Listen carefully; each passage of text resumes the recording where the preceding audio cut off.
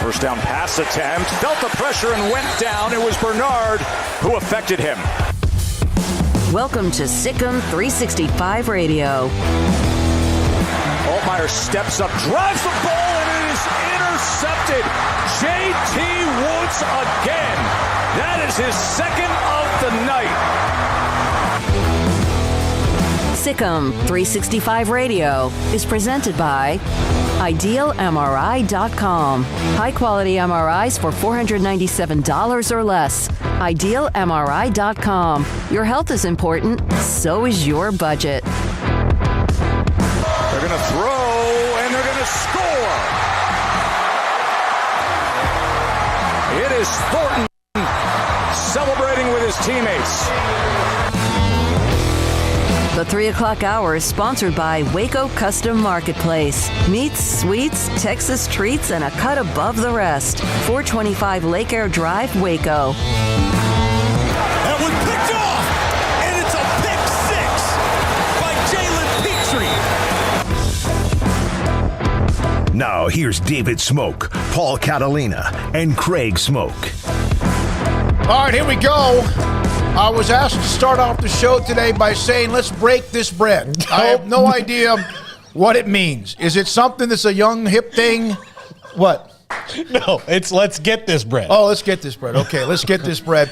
All right, we are full throttle today. What a great day it's been for Sikkim365.com. Jack and Craig just got back. Grayson was also at NFL Pro Day at Baylor. We'll hear in a moment from Jalen Petrie. He'll join us on today. He ran the 40. Among many things, then Grayson will join us to kind of rehash a little bit of what he saw at 3:40. Craig and Jack were there. We'll hear from them momentarily. Tweety Carter, now a new member of Baylor's men's basketball staff today at 3:15. Kendall Brown, former Baylor guard, wing, forward, whatever you want to call him, NBA prospect now, will join us at 4 today. And then also top five at the end of the show in between that. John Machota on the Cowboys and Martin Moore, author of this book, You Can't Defeat Nature. He contacted us after the Baylor women lost that game to South Dakota about how sometimes you freeze up when you're in athletic competition and some of the things that go into that. And he contacted us about this book. He sent it to us, A Coach's Guide to Winning. Martin Moore will join us today at 4:45. So, all right, Craig, you were there at Pro Day. Jack was there. He's working on a couple of things. We'll hear from Jalen Petrie for a couple minutes in a minute. Your thoughts about anything in particular that you saw that maybe stood out to you? Yeah, where were you guys? Why don't y'all come check it out? I guess busy. I'm literally asking. Yeah. Well, I had an appointment. I had my annual physical. Well, it was a good turnout, and there was 31 of 32 NFL teams there. XFL was there. CFL was there. I saw the Edmonton Eskimos, and couldn't catch everybody. Not everybody was in team gear, but I tried to catch as many as I can. I'm not sure. I've already had 2 people ask me who the one team is in the NFL. I have no idea. I know some of the teams that were there, but I couldn't track down everybody that wasn't, or like I couldn't see every single person and, process of elimination, find that one team. So I don't know who that was.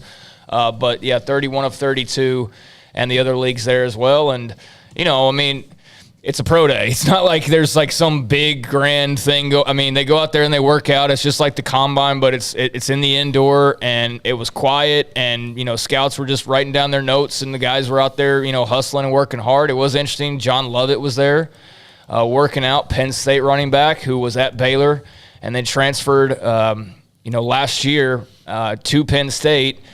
Sort of saw some time, not really what we thought it was going to be for him. And I do wonder, had he stayed at Baylor, what kind of combination he and Abram Smith could have been with this offense, being such a great straight-line runner and as fast as he is. But regardless, he went to Penn State, did his thing, and was back for Pro Day. And seemed to do well. It was cool to see him around some of the guys that he played with for, so many years until last season. And, I just think guys built on what they did. Jalen Petrie had a good 40 time. Said it was between like 4 something and 4.51, which is a really good mark for him.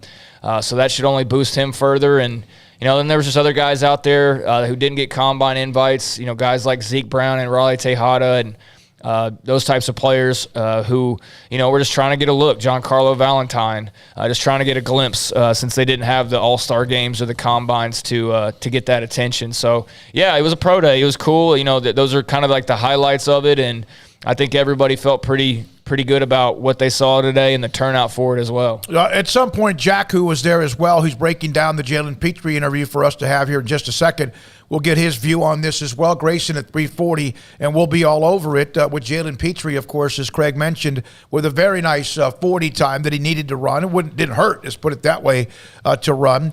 Also, one of the other notes today is Kendall Brown announced that he is going to enter the NBA draft, and he will join us, I mentioned, at 4 o'clock. Not a surprise. John Jacobs, yesterday when we had him along with Alvin Brooks III and Jared Nunes, he pretty much alluded to the fact it's their timeline to decide when they let people know they're turning pro, referring to Kendall Brown and most likely as well to Jeremy Sohan, who you would think would probably be next.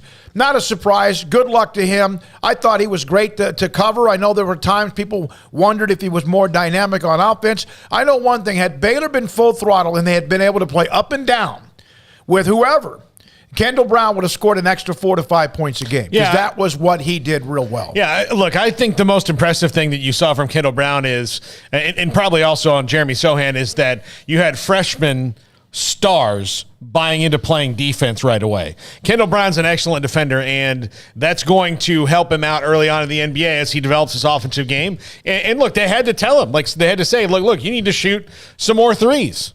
And a lot of times you have to tell them you've got to stop shooting so many threes. The opposite problem was the case with Kendall Brown. I think he's going to be a really good NBA player. And look, that's what, that's kind of what the basketball world is now. It's not necessarily what you have done. It's what you can do. Mm-hmm. And look, if he can go make all the money, he can go move well. He could be a first-round pick. It's wild how that kind of works out to where, Kendall Brown did not have the type of year where you go lottery pick, NBA draft. He would not be a guy that you just, if you didn't follow it, if you watched him, you just had no other earthly idea of what was going on, he wouldn't have been one of the guys that stood out to you as the top 10 players in the upcoming draft. But when you actually look at potential and measurements and skills and then panning out, obviously, he is one of those guys. It's just odd to me how different it is from, football, for example, and their draft process. But good for him. Not a surprise. You start to have success and you start recruiting these players who have the opportunity to be one and dones. You'd rather have them than not have them, I think. And so you'd rather have had that 1 year with Kendall Brown and potentially Jeremy Sohan than not have had him at all. And in their 1 year, they both played very well. Certainly, you'd love to have them back, but they'll do well for you as ambassadors in the NBA, hopefully for a very long time, which is a group that's growing immensely for Scott Drew this last year or so, and will now continue to grow. It was 1, 2, 3, 4, 5, 6, 7, 10, 12 people, including John Levitt. I think it says quite a bit. And Jack, let us know when Petrie's available. I think it says a lot. John Levitt came back to Waco for his pro day. We're talking about Kendall Brown. Or are you switching? Okay. Yeah, just switching because we're going to go back to pro day. I want to go back to John Levitt. And I agree with all the things you were saying about that, is that John Levitt coming back to Waco for a pro day, even though he transferred because he was looking for something new, to me that says quite a bit about what he thought about Baylor. Yeah, I think it's good. You kind of can play the what-if game with John Levitt.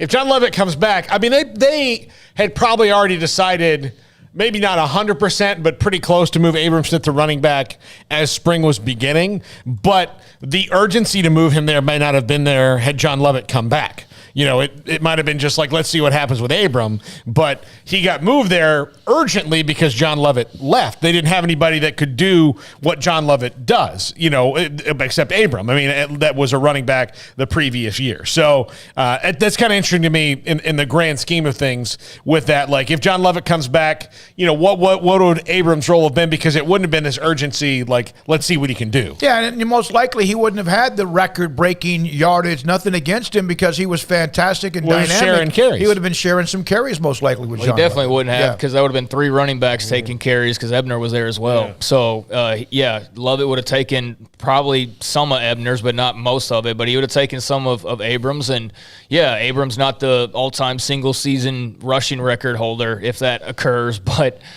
might also helped him out a bit, not having to take as many hits or, as many carries, because when it came down to it, who's the guy that got the ball? It was Abram Smith every single time. So, other than that, though, I think it would have been a hell of a 3-headed monster with all different sorts of skill sets, because John Lovett, I don't know how successful he would have been. I'm saying he would have been based on the fact that he's fast and he can go straight up field, and that's something that Matt Rule said from day one about him. And what were they saying during the spring last year? They had guys that were either not welcoming in or looking for the contact like an Abram, and that's where I don't know that John would have been like physical like Abram was. But the straight line speed, burst, long runs, that's where he really could have been a killer for them. Abram handled the physical toll, and they needed him, and they would have still needed him, I think. But it was certainly, he doesn't break the rushing record. No, he does not. We want to give you a quote. We'll do that following Tweety Carter and down the road with Grayson and Craig and Jack talking about Pro Day, and us as well involved. Taekwon Thornton thoughts about Gary Bohannon when he watched him at practice, and what, of course, has gone on with him at practice in that quarterback competition with Blake. At the Pro Day, excuse me, in the middle of that quarterback spring drills competition with Blake Shapen as well. Here is after Pro Day. Baylor star, and literally played that position as well, Jalen Petrie after Pro Day. Jalen, what did you try to show today to the scouts? Yeah, I just wanted to come out here and be fluid in my drills. Obviously I didn't run a 40 at the combine, so I also wanted to show them that I do have that speed, the long speed, and, just have fun with my teammates. This was the last time to come out here and, have fun with those guys, and I think we did that. And it was good that the rest of the team showed up as well, so it was a fun day for us. Did you get a time on your 40? Yes, sir. It was like 4.44 to 4.51 range. So in that range, coaches got it at different times, but it was a solid time. Is that what you wanted to do? I mean, is that kind of the range you wanted? I wanted to go under 4.45. So, yes, sir. What's this whole process been like?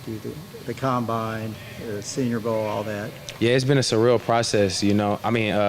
Like this whole experience is, obviously different for all of us, our first time.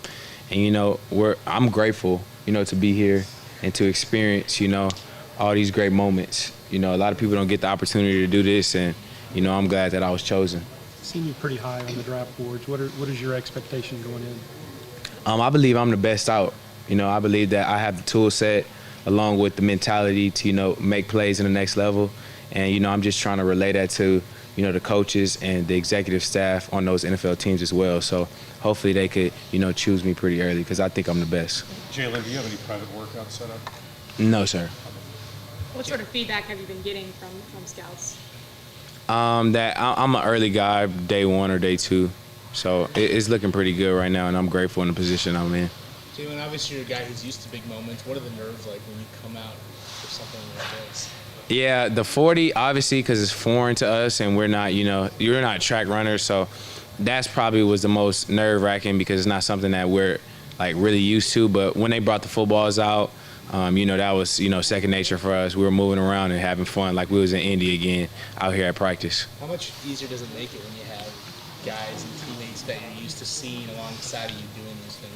A lot easier, when you get to come out here and compete with your teammates, and just rub that energy off of each other, it makes your job really easy. And that's why I think we, did what we did last year because of the bond that we all have. Is this a lot like the dream maybe that you had how many ever years ago that this is reality now? I'm gonna be honest, not really. I never, dreamed of, going to the NFL. I always dreamed of graduating from college and getting my degree, but, God had greater plans. So, like I said, I'm grateful to be here. All right, that's Jalen Petrie, All-American for Baylor after Pro Day today, and his thoughts about running the 40 and his dreams and all that, and answering questions from the media. It's good to see all of them back. It's good to see names that were stars in a team that won a Big 12 championship and a Sugar Bowl, and then some that are trying to get their name at least in somebody's mind or on their notepad. By the way, Jason Lamb, he's an area scout for the Kansas City Chiefs, former Baylor football player. He was there today in attendance, and one of the 50 scouts, as Craig mentioned, who was at Pro Day inside the Allison Indoor facility as Baylor showed off their talent for the upcoming Class C NFL draft that's in the end of April. It's in Vegas, I think, this year as well.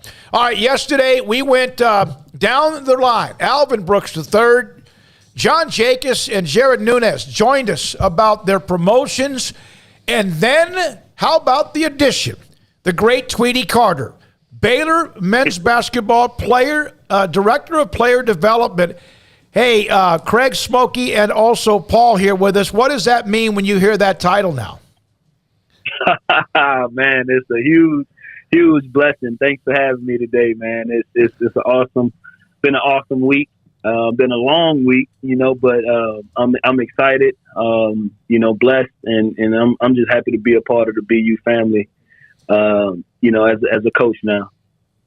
What does it feel to finally come off the road playing ball? And I mean, look, this was where you're headed, Tweety. You were always going to be a great coach, but what does it feel like to take the next step?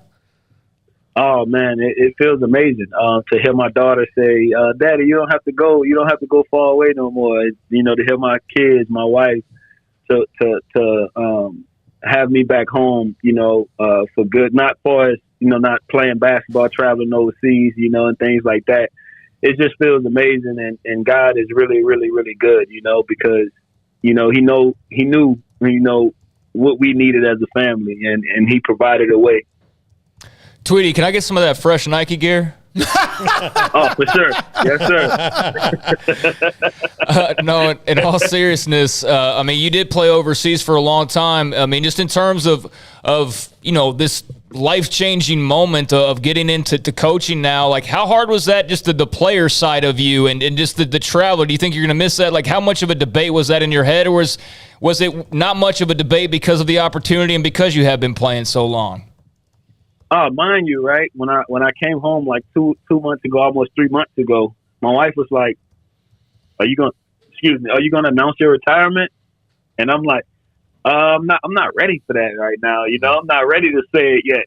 So to play for so long, man, and have to walk away from it as a player was tough. It was emotional, and I cried about it, because I'm walking away from the game as a player and jumping into it as a coach. So I'm back a rookie again, but to have all those years of experience as a player, man, I wouldn't trade it for the world. It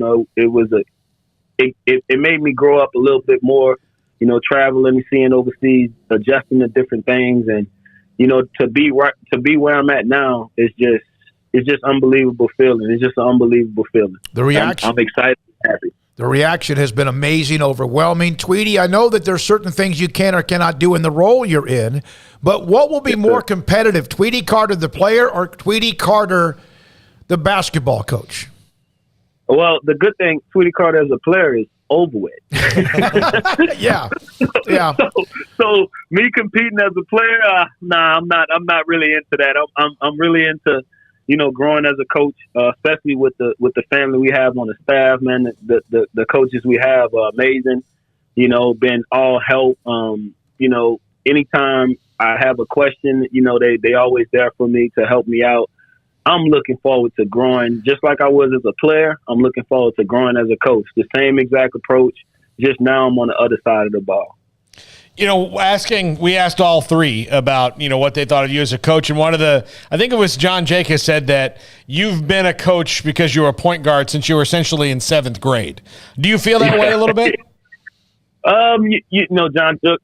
Coach Jacobs is really really great guy, man. Like, he's always happy when he comes to the gym, and to have him say that means a lot, but just in general of me playing majority of all my life, prepared me for this moment. It's a moment that I'm looking forward to. I'm gonna approach it with confidence. I'm gonna approach it with the will to learn, the will to get better. Again, just like I was as a player, and with that, I get to learn from, one of the best programs in the world. So, what better feeling than that, right? Mm-hmm. Yeah. Tweety, how far back does this go? Was this something that was sort of impromptu, or you talked to Scott Drew at all about like, hey, one day, I'd love to be on? Like, how did that kind of all work? And so, love to hear that part. And then once he called you, what was your reaction? I mean, for me, I always wanted to be a part of the Baylor staff, always. But I never voiced it too much because, I didn't look at Baylor to hire me on. I looked at Baylor as a family and, a program that helped change my life, turn me into a man, help me be better prepared to be a better father, better husband, and things like that, right? And when you come back, you have the guys that's here, and all it was to help and give back to Baylor because of what they did for me and my family, So just to get this opportunity was a blessing. But no, Coach Drew don't promise anything. He never promised me that I would be on the staff or anything. I always came, I always made myself available whenever they needed me to be here. And hard work do pay off, and God is good of the loyalty part, staying down no matter what, because it never was about a job for me with Baylor. It was always to help build the program, to continue to build a program. And I mean, as you see on the interview, I said it, God brought me here to be a part of a special program, and, look where I'm at now. And I meant that back in 2000, whenever I said it, but 2010, to have that interview and to be here now, it says everything. So what was that phone call like? Was it a phone call that Scott Drew gave you? Yeah, he called me at 8:00 at night and just told me I had to come to the gym the next day. And when I came to the gym, he told me make sure I bring a suit. I'm like, I don't have a suit, coach. But I went to get that immediately, and I had the interview, and again, no one never promised me anything. I know a lot of people was up for the job, and God just made a way, and I'm just thankful that the Baylor program and the staff chose me. Jared was on with us yesterday in our last hour, and he mentioned that he's already tried to start giving you some advice on this Nike product and how the veterans expect it. And he then said that you are going to have some guidelines, some rules that you're going to have to. Yeah. So you've already started jumping right into this, huh? Yes, I have to. Everybody got to come back. You have to come back and see us, baby.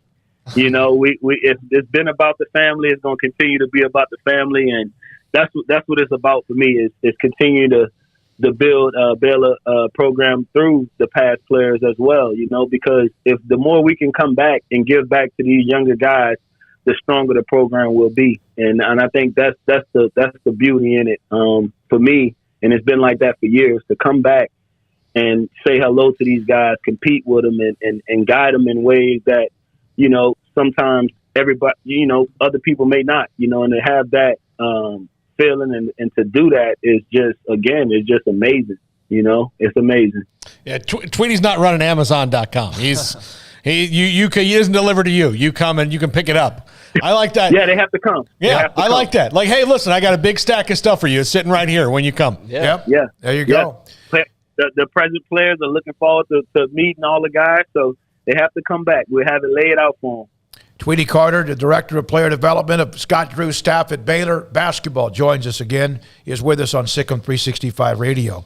How much does and I don't know exactly what you can or cannot do when it comes to looking, scouting, recruiting. I know there's certain rules, or even practicing against, but how much does your connection to Louisiana help with what you can do when it comes to what they're trying to find the talent in that great state?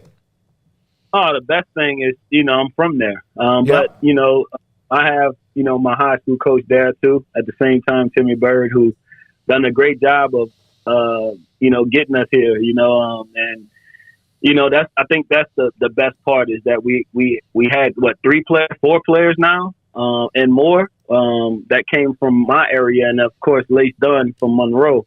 Louisiana is overlooked, I think, and I feel like everybody should recruit more in Louisiana, but look, we for sure are going to be down there. Not much of me right now, but the coaches will for sure continue to do what they do. And I'm just excited, man. I'm real excited for this process to continue to get better. I'm excited to continue to learn rules, a lot of rules, but that's the beauty in it, is making sure, and that's what Baylor been about, making sure we do things the right way. Tweety, what does it say about Scott Drew? You lose a legend in Jerome Tang for a job that, of course, he earned, and others that he could have had along the way, but he leaves, and everybody, even Aditya Malhotra and Ty Beard, among all of you, and then you're added. What does it say, the recruiting pitch, to keep that staff together when sometimes when someone leaves, there is attrition? And without Coach Tang accepting that job in K-State, which is a huge blessing for him and his family, I'm so happy for him. He's a great guy, man. And, he's done a great job for the Baylor program, and I'm just excited for him. But this don't happen without him making a decision, and I'm just thankful that, it was me to be in this position to not replace him, because that's one person, that it was very unique. And what he do, he brought the best out of players, whether they liked it or not, he brought the best out of them. And that's what it's going to be about for me, to make sure we do everything in our powers to bring the best out of our guys on and off the court. And that's what it's going to continue to be about. And I'm just happy to feel to get this opportunity to, hopefully help the way he did, and in my own way, and I'm just excited. You've had the starring role of Ode DeJoy, and now you are a part of the Baylor men's basketball staff. You announced your retirement as well, an incredible career all around the world. You got to pinch yourself a little bit? Yes, sir. Yes, sir. The other day I had to shed some tears. I told my wife, I'm just happy, feel like I got drafted to play in it. So for me, it's just a huge blessing. I can't stress that enough, how blessed I am, how thankful I am, the coaching staff, the program, the players, the past coaches. And you look and say, well, family, guys that's been here years ago, still considered family, still, I can call and talk to. So for me, it's just keeping those relationships, building those relationships, and making Baylor that much stronger. I think it's what it's going to be about. And that's what that's what it's been about, and that's what it's going to continue to be about, is just building this family up to strengthen this program more and more every year. Everybody on staff yesterday, thanks, Tweet. I know you got to go. Said they needed somebody else who could walk into the arena at practice, whatever, with a smile on his face. And we know that you're competitive. We know that you're going to drive them, push them. But we know you've got that Tweety Carter smile. Thanks for your time. Congratulations. He's going to be able to not have to worry about what time zone you're on. We know where you are. Yeah. We know where you are. Yes, sir. You call me anytime. Thank you, Tweety. Anytime. I love you guys. Thank you for having me, man. I can't wait to talk to you more, especially when the season get going, and we looking forward to it. Sick and Bears. Yes, sir. Tweety Carter, Damon Tweety Carter, the first McDonald's All-American, the one who started the run towards Baylor's unbelievable run, even when there were sometimes years that didn't quite end the way everyone thought, and he's now a part of that staff with Scott Drew and company. It's akin to Robert Griffin III joining the football staff. It really is, because as beloved a Baylor basketball player as there ever was or will be, is Tweety Carter. When we come back, we'll take a break right here. We've heard from Jalen Petrie. We've heard from Tweety Carter. Grayson Grundhafer with Craig and Jack at Pro Day today as Baylor has wrapped that up. What a day it was on campus. 50 overall scouts, 31 NFL teams, and also teams from the XFL and CFL. We'll get Grayson's idea about what maybe some things that popped in his mind. Next on Sikkim 365 Radio and 365 Sports. Riverbend Liquor and Wine, Lakeshore Drive and North 19th Street in Waco, a hidden gem. They've got a fantastic drive-through window, and I'm going to focus on that today. A lot of times you see a place with a drive-through window that kind of just have it so they can say they can have it. You're not really saving any time other than the fact that you don't have to get out of the car. Like, that's the only time you're saving is the opening and shutting of the car door twice. That's it. Most of the time you might be sitting in this line forever and ever and ever, and you're better off just going in the store. That's not the case at Riverbend Liquor and Wine. You drive into that drive-through window, you tell them I'd like a bottle of this and a bottle of that, and boom, it's in your car and you're out the door. Not even in the door. You're on your way to wherever you're going like that. That's how fast the drive-through is at Riverbend Liquor and Wine, Lakeshore Drive at North 19th Street. Find out more on Facebook and Instagram. Baylor University is where lights shine bright. So, let there be light. Let there be roommates and teammates, scholarship and championships. Let there be fresh starts and new traditions, fast friendships and lasting impacts. Let there be laughter. Let there be joy. Let there be light. Baylor University, where lights shine bright. One size fits all. That may be all right for an adjustable belt or cheap sunglasses, but when it comes to your financial needs, no one wants a one-size-fits-all strategy. Ben Erlinson, your Edward Jones financial advisor, knows that his most important goals are yours. That's why he takes the time to understand your needs, knowing you. That's how Edward Jones makes sense of investing. Ben Erlinson, 100 North 6th Street in Waco, 254-759-8533. Edward Jones, member SIPC.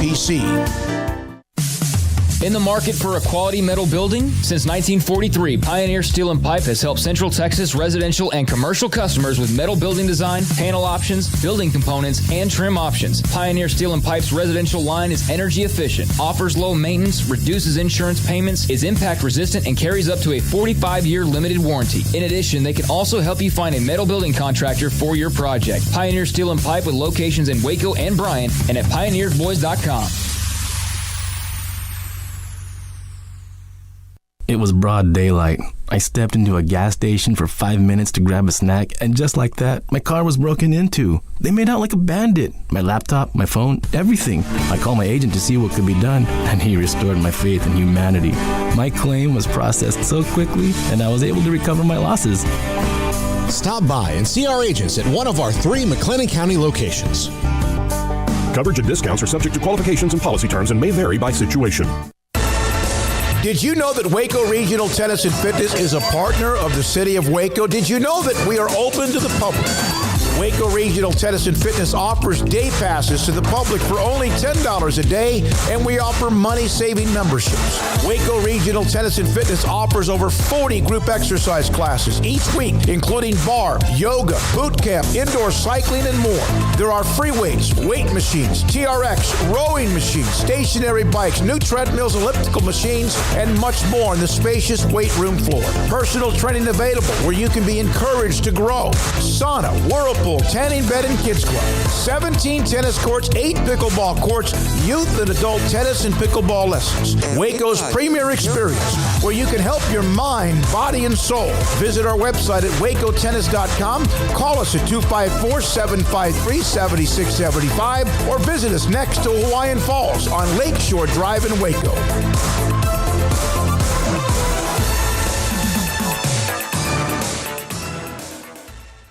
Cars priced right both day and night at Richard Car in Texas.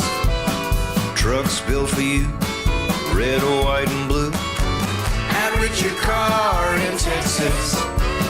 Cars that zoom with lots of room at Richard Car in Texas. Count on us, a dealer to trust at Richard Car in Waco, Texas. Welcome back to Sikkim 365 Radio. The Sikkim 365 radio app is sponsored by Alan Samuels Dodge Chrysler Jeep Ram Fiat in Waco. Your friend in the car business at Loop 340 and east of 84. Come by. Let's be friends. Couple of notes. The United States, the American, the U.S. World Cup team. Can I call them that yet? Or do they have to take care of business? Costa Rica tonight, they qualify for the World Cup with a win, a draw, or if they lose by fewer than 6 goals. And in soccer, if you lose 6-0, that's like getting beat 85-0 in football, correct? Yes. Costa Ricans have been playing pretty well. But again, that's probably a little bit too much for them. So that's tonight. 99.9% the analytics say that they are sure to clinch a spot tonight to the World Cup. I would just think strategically, if it got to even 2-0 or 3-0, you just delay? that 11 guys are going to play behind that line and essentially just not going to let them score after that point. So. Yeah, I mean, it's cool to have soccer, with some excitement and all the international flair that comes with World Cup qualifying and all that. I've actually been wondering kind of where soccer sits now in terms of the rising sports and popularity of sports. Yeah, I probably need to go find some university or some company that's conducted a more recent poll kind of showing American sports fans, because I'll tell you, one sport that's skyrocketing is F1 racing. I mean, that's really become, one of the more popular sports right now. And soccer, we've seen the fandom and we've seen the feverish, World Cup parties and all of that, but we're still not a country where it's just, indoctrinated in us from birth like it is in England or, basically everywhere else in the world, quite frankly. But yeah, I think it's awesome. Obviously the women have had the better part of the success for the American soccer teams, but I know they've gone through a lot, like coaches and just trying to figure it out. So hopefully they can find a way to not lose by 6 goals tonight. I'm feeling pretty confident about that. One of the notes, soccer note, Armstrong, I sent you the green laser. Do we have that? I don't know if you guys saw this or not. Mo Salah, he's one of the best players in the world. He was lining up for a penalty kick. It's ridiculous. And Egypt, he obviously for Egypt, and all the there's a point, if you were to freeze that, it looked like he had been splattered with the green stuff. And he missed the cut. He missed it. He missed the kick. Egypt goes home. I will say this. What I am impressed with is that he could have reasonably probably said something like, hey, can somebody stop this crap right now? Yeah. But he didn't. I mean, so he kept his How are you going to cool stop? There's no way. Now, I don't know if there's any rules. Again, I'm not into the football and soccer rules or whatever, but that does seem to be a little bit bizarre. I love how the goalie walks out of the goal like he just did something. It's like, dude, there's a million laser pointers in this guy's eyes, and you didn't even barely move. You did nothing on this particular kick. What's the Bill Murray? What's the one with the green, the Bill Murray movie? Who is it? Ghostbusters? Yes, it looks like he's been Ghostbustered right there. Yeah, it's that's nuts. Or it's the Nickelodeon or whatever on the NFL game when somebody scores. Yeah, I think had that been Tiger Woods and they were doing that to him, he would have backed away. Yeah, he would have backed away. There would have been somebody up in a tree, a sniper. He's gone. Well, you remember him, I can't remember which event it was, but somebody clicked a camera flash right in his eye in his backswing, and he was justifiably angry and turned and said, the camera flashes, guys, come on, and then swore, and then all of a sudden Tiger, that was the first time people were like, oh, Tiger might be mean. Man, the guy's trying to make $1 million with a swing here. To win a tournament. And his caddy at the time, Stevie Williams, was kind of had to be his hitman in some ways. I guess laser pointer stock is way up in Senegal? Is that where you said this was? Yeah. That was a lot of lights, and I don't know why that's not banned. Why is there not some type of a rule to enforce to where, hey, he's not kicking until you put the stupid laser point? That's ridiculous. Can you imagine we were watching the NFL and a guy's kicking a field goal to win the game and there's 1 billion laser pointers on his face? Yeah. How is that even allowed? I don't understand. I mean, I know you can't just go confiscate every single green dot there, but how are we just oh, that's cool, it's just part of the deal. There's 1 million lasers in his face. He's trying to kick this important kick and we're just okay, whatever. That's wild. And there's so many fans that attend. That's a Patriots kicker or the Cowboys kicker lining up for a field goal, and that's going on. Cowboys fans pissing moan about the light from the actual sun. Exactly. That's God doing that, not this. I mean, that's interesting that they just go with it, I guess, and make the kick next time. I guess you need to practice with lights shining in your face, perhaps, to prepare for a situation like that. Do you know who the all-time leading victories in Formula One racing is?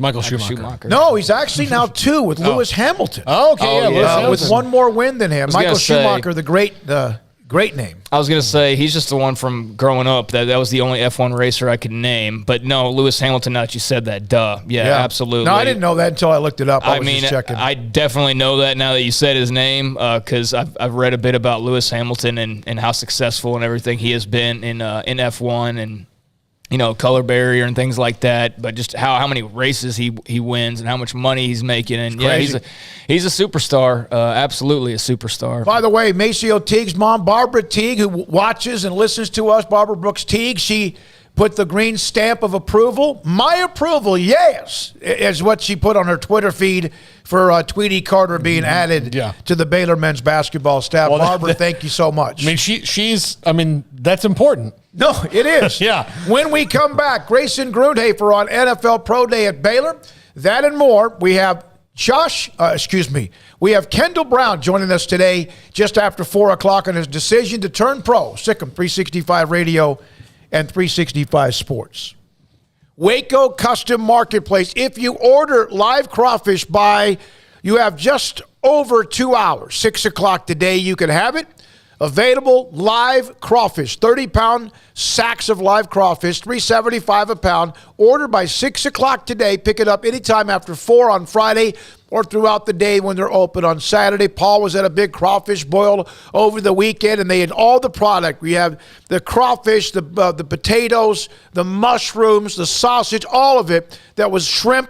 All of it that was a part of being bought the product at Waco Custom Marketplace. It is absolutely delicious, the Bauer family and what they do and how they've handled that business for many, many years. They have the original Waco Custom Meats. It's the distribution for dozens and dozens of restaurants, not just around here, but all throughout the state of Texas. But their live crawfish, 30-pound sacks for $3.75 a pound. Available right now if you order this week. By the end of the day today, by 6 o'clock, you could pick it up on Friday for the weekend or anytime on Saturday. And the bakery and the butcher shop, full throttle with what you want, with beef, pork, poultry, seafood, fresh baked bread, and kolaches. Waco Custom Marketplace at 425 Lake Air Drive in Waco. 1, 2. I'm in love with a man named Rudy. I'm okay with that. He knows exactly what I want. He keeps me coming back. He cooks breakfast, lunch, and dinner for me. Does the dishes too. I'm in love with a man named Rudy. Last name Barbecue. It sure is easy to fall in love with Rudy's tasty oak smoked barbecue. Next in line. Boots add protection. Good boots help you climb better and move forward faster. And when your son or daughter steps into the boots of a U.S. Army officer, they also learn how to lead. In these boots, they'll gain more confidence with expert training in one of more than 150 occupational specialties. In these boots, they'll stand a little taller and lead a team with diverse backgrounds and areas of expertise to successfully accomplish whatever challenge comes next. In these boots, they'll earn respect with valuable experience from day one that will give them solid footing for success into the future. Highly qualified candidates who earn a spot on our team can receive comprehensive health care coverage, college tuition assistance, and a bonus of up to $40,000. See all the things your son or daughter can achieve in our boots at GoArmy.com. U.S. Army Waco Recruiting Company, 254-598-8131 or 254-776-1543.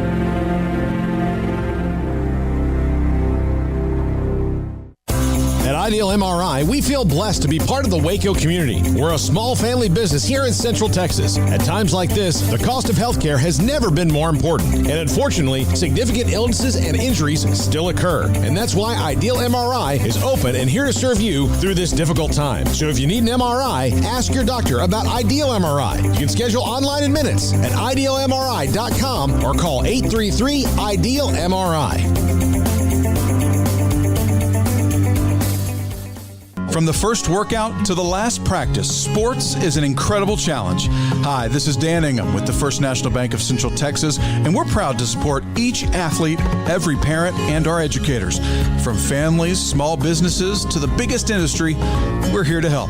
With remarkable products like First Free Checking, we've got banking ideas that fuel big dreams. The First National Bank of Central Texas. Familiar faces making local decisions. Member FDIC, Equal Housing Lender. Hey, this is Bryce Petty, former starting quarterback and two-time Big 12 champion, and I know firsthand the importance of being in top shape both on and off the field. So listen up, men. If you're feeling beat down day in and day out and looking for that high-performance edge that separates the men from the boys, then look no further than the Petty Clinic Low T in Waco. Petty Clinic is a comprehensive men's healthcare clinic with an atmosphere catering to men. Board-certified Dr. Kent Petty has a special interest in offering the highest quality medical care to men of all ages. Some of the services offered include screening and treatment for low testosterone or thyroid, infertility, high blood pressure, diabetes, high cholesterol, sleep apnea, while offering comprehensive wellness exams and complete men's health lab panels. High performance men, remember, it's not just a Petty thing. This is Bryce Petty, encouraging you to reach out and Google search Petty Clinic Low T or go to pettycliniclowt.com and get your complimentary lab screening today. Welcome back to Sikkim 365 Radio. Are you a Sikkim 365 superfan? Then try out our premium subscriptions at Sikkim365.com. Kendall Brown joins us at the top of the hour. His decision to enter the NBA draft. Grayson Grundhafer. We've heard from Paul and Craig about NFL Pro Day, and also Jack McKenzie gave us the Jalen Petrie, and among all the other interviews. And Grayson joins us now on Sikkim 365 Radio as he was there as well. So, Grayson, we had a little bit from Jalen Petrie. We discussed the 50 scouts, 31 NFL teams, other leagues as well. Anything in particular, one or two items that pop out to you on what you saw today? Yeah, I mean, I think the place that you have to start are those 240 times for Jalen Petrie and Terrell Bernard. I mean, they did themselves some major favors by running at the Pro Day and running really well. Starting with Jalen, everyone loves Jalen. Like, you could tell from the scouts that were talking about him. I mean, they were just raving about him, just about like, it was basically nonchalant, like, man, that Petrie guy is good. You know what I mean? Like, they know. And so for him to go out there and put up a time that I would say is probably on the high end of what people's expectations were, I was thinking he'd probably be a mid 4.5 guy, and he ends up running in the mid 4.4s, high 4.4s, somewhere in there, which is just great for him. And then as far as Terrell Bernard goes, again, elite instincts on the football field, much like Jalen Petrie, but a lot of question marks about whether he would run fast at the Pro Day. And to be honest, I think some people thought he'd be like a 4.8 guy. I kind of was thinking maybe a 4.7, like a low 4.7. And he ends up running, high 4.5s, low 4.6s. So that's massive for his draft stock as well. So those two really stood out to me. I think Abram Smith, 4.5 at 213 pounds is also something to keep an eye on, as I think he probably moved himself up a round or two as well. So overall, a great day. Taekwon continues to impress. JT Woods, people love how rangy and long he is as well. Gary Bohannon went out there and threw the ball for Drew Estrada and Taekwon and Treston Ebner and Abram. So it was a lot of fun. It was a really, really fun pro day, and it was great to see. Probably one of the better ones Baylor has ever had, to be honest. Do you think anybody outside of that improved their – or anybody maybe we're not talking about improved their stock today? Yeah, this is a really interesting one because I know there have been a lot of people that have talked about how, Kalen Barnes, just the on-the-field stuff. Is he really a good football player or just a great athlete? And, guys, he really performed well during the drills. I wouldn't say that he was out of this world, but he caught everything going through the DB drills. It seemed like people were really intrigued by the amount of passes he was able to catch as a defender, just showing off really soft hands. And when you put that along with the fact that he's got an 11-1 broad jump, the blazing 40 time in the 4.2s, I mean, he's a great athlete. And I think today he really showed off that ability to actually translate onto the football field which I do believe will end up getting him drafted. Grayson, interesting to see Gary Bohannon out there throwing, huh? And the comments subsequently afterwards from Drew Estrada, as well as who was it? Somebody else was commenting about him. I forget now. I went blank, but talking about his velocity and the zip on the ball. Yeah, Taekwon was the other one that mentioned him. And he and Drew Estrada mentioned that they felt like there was a difference, that Gary had maybe gotten better or taken another step, at least in the velocity and deep ball department. And, truthfully, Gary's always done a really nice job in those type of settings throwing the football. He really has, and he continues to show it. And I felt like he was really accurate on the day as well. Now, again, it's just throwing the football to these guys, and they've been training together for a long time. So I think the biggest part to take away from it is probably the velocity part, because, Gary's been throwing with Taekwon for a really long time and Drew just this year. But, it's clear they have a connection. And then to hear them talk about Gary, improving and getting better, I think that's always a great sign. Grayson, if you don't mind me turning the corner here a little bit with Josh White, obviously the LSU, he's entered the transfer portal. I believe I saw something to note that might be coming to Baylor or visiting soon, along with every blue blood good team in America, name or even success recently. How much would this be a monster win if Dave Aranda and company can bring him to Waco? Oh, it would be huge, guys. And I actually had the chance to talk to Josh on my way up to Waco today before Pro Day, and really got some insight into kind of, what's going on in his recruitment now and just kind of how things have blown up once again for him. I mean, he was a top 150 prospect coming out of high school, so this really isn't new to him, but it's just another phase in the process. And Dave Aranda, Dennis Johnson, they both built great relationships with him when they were at LSU. They were his lead recruiters. He also has good relationships with Alec Osborne, Caleb Collins, you name it. Drake Dabney and him go back to middle school. They've been friends for a really long time, both from the Cypress area. So a lot of connections to Baylor, a lot of great relationships at Baylor. And so the Bears got his first visit. Dave called basically the day they entered the transfer portal. And, when the head coach calls you and offers you and has that relationship and that great communication with you, I think it really stands out. And he mentioned, him coming to Baylor is going to feel like a family reunion because he just knows so many people in the program and on the staff. He's coming on Saturday, so he'll be visiting Baylor Saturday. But I do believe he's going to take his time a little bit. He does want to make a decision by the end of the month, April. By the end of April, he wants to have a decision made. I think Texas and TCU are two schools that will likely get a visit over the next few weeks. And then USC is the out-of-state school that's kind of made a big push for him at the moment. So right now, based on what we talked about, it's basically those four schools involved early. He's got more offers as well. But it does seem like he'd like to be closer to home inside the state of Texas. And those ties with Baylor are definitely very strong. And I think, if you go and look at kind of his film and what he could bring to the table, I mean, this is a guy that could come in and play right away, especially since Baylor's trying to fill in at the will linebacker position now that Terrell Bernard is moving on to the NFL. Had he not gone to LSU, did I see something in one of your posts inside the premium section that Oklahoma was hot on his heels as well? And obviously that's USC and Lincoln Riley now.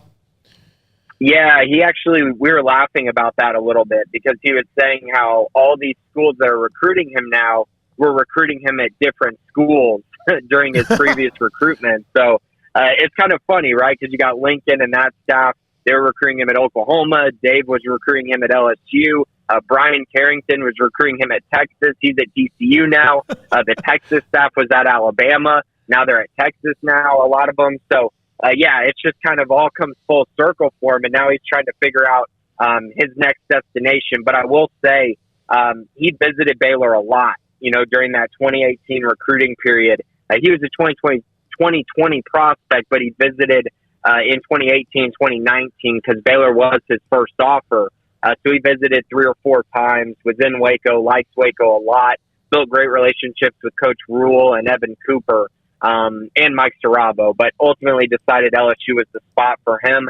But now, it's a second chance. And I think he realizes that, and he realizes that Baylor was a good fit for him probably the first time around, but now they also have Dave Aranda, which I think is also a big X factor for him in his decision-making process, especially because, he's a guy at LSU that had so many coaching changes on the defensive side of the ball, from Dave Aranda to Bo Pelini to, these next guys that have come in at LSU. And so I think he's looking for some stability, and I think Dave Aranda probably brings that to the table better than anyone else. One other note, and then I will let you go, and we appreciate your time. Matt Jones in a cast, is that what I saw? A note that you had as well?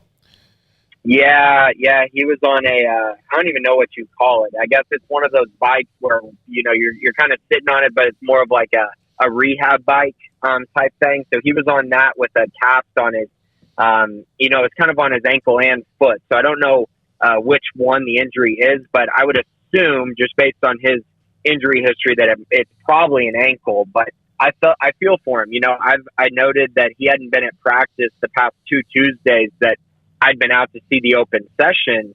And so, to see him in a cast at Pro Day, it's really a bummer, because I know Dave Aranda had great things to say about him in a ESPN feature, just talking about him possibly taking over at the will linebacker spot. So it's another speed bump for him, but I'm sure he'll get back to full 100% soon. And I wish him the best, because he's going to play a big role in their defense next year. After the penalty against Oklahoma State, I thought he played his best football the rest of the way. Even after being in the doghouse, it seemed like when he did play, it seemed like he was very active, and maybe that was able to kind of get him to another level, almost as if he felt like he had to make up for something, whether he did or not. Grayson, thank you for the trip up here. Also, you and Craig and Jack at Pro Day, thanks for your time, and be careful on the way back. Thanks, guys. Appreciate it. Grayson Grundhay for Sikkim 365 Radio, 365 Sports on Tuesdays. Grayson and Craig with the Bearcast, full hour plus of nothing but Baylor like slobber. And I'm not saying that in a way of homerism, but just everything you can imagine. Close, yeah. I don't do that homer thing like that. No, that's not what I meant by it. That's why I wanted to clarify. I'm talking about, you want to hear anything about Baylor, whatever it is. The Bearcast is an hour plus of that for you to slobber as a fan of Baylor, not so much the opinions and stuff like that as well. Paul, did you hear that we mentioned Tiger and Craig in his off-the-radar play? He did play all 18 holes, walked all 18 yesterday. Man, look, tug on Superman's cape. Just saying. Rory McIlroy saying it would be phenomenal if, in fact, he was able to have a chance to play next week, whether he plays well or not. I don't know. Would you rather him not play, or would you rather him play and he goes out and shoots like 80 and 78? I think I'd rather I want to see him play. I mean, I think it'd be, look, if he shoots an 80 after what he went through at one of the toughest golf courses on planet Earth, I mean, it just shows you, like, it's not his best, but it shows you how much better he is than a normal person.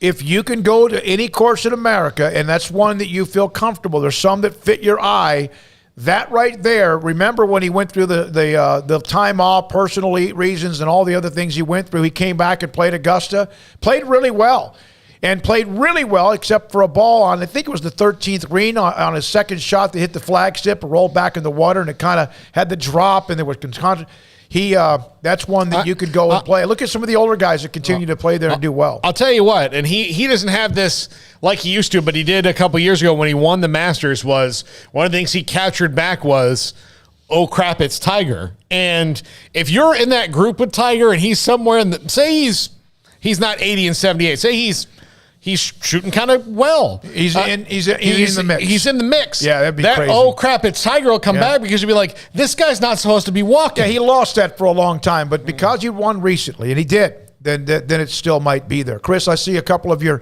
chat room comments, some of the soccer comments as well. We'll get to all of that as well. But coming up next, former Baylor guard wing Kendall Brown has made the announcement of his next move in his basketball career, and Kendall Brown will join us next on Sikkim 365 Radio, 365 Sports. Petty Clinic, LowT.com. Dr. Kent Petty can help you become the high-performance man that you want to be. Here's what can happen as you get older. Doesn't mean you have to be my age. It could be in your 30s. It could be 40s or 50s, or even, maybe older than me, if that's possible. But there are symptoms that occur because your testosterone levels get too low. What is that? You can find out by contacting Dr. Kent Petty at pettycliniclowt.com. Pettycliniclowt.com online.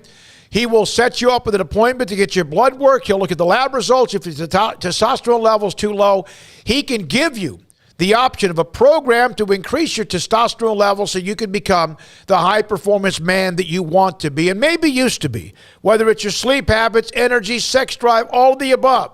It happens. It's part of Father Time. PettyClinicLowT.com. At Allen Samuels, come see the Wagoneer Series 2 and 3 with 2.9% for 72 months, plus $1,500 in bonus cash. For all first responders, get an extra $500. Shop this incredible vehicle that gives you performance, style, perfect for your family, and reliability your family deserves today from Allen Samuels in Waco. Come shop our huge inventory at Allen Samuels in Waco. Come by. Let's be friends. See dealer for details. All offers have credit requirements. Don Humidor, your home with a 48-foot walk-in humidor with the elite cigar brands from around the world, including the #1 cigar of the year, Aging Room Cuatro Nicaragua. Plus, they have the great brands like Macanudo and Artur Fuente, Rocky Patel, Aston, and so much more. CBD, great for sore muscles, aches and pains, sleep, Vita Dreams, and anxiety, mild depression, general health and wellness. Their staff very knowledgeable on the subject. If anyone is curious about CBD, ask Carol and Ashley. Don Humidor in the Townwest Shopping Center off Valley Mills in Waco. You know what would make this moment better? Pizza. Dough made from scratch and an Italian family sauce recipe pizza. 3 fresh signature cheeses making a melty blanket of perfection pizza. Like loads of premium toppings like crispy Old World pepperoni, savory Italian sausage, and fresh sliced veggies pizza. That's Marco's Pizza. Visit marcos.com and make any moment better. And with 4 locations in Waco, Belmead, China Spring, Woodway, and soon to open in Robinson. Marco's. Pizza lovers get it.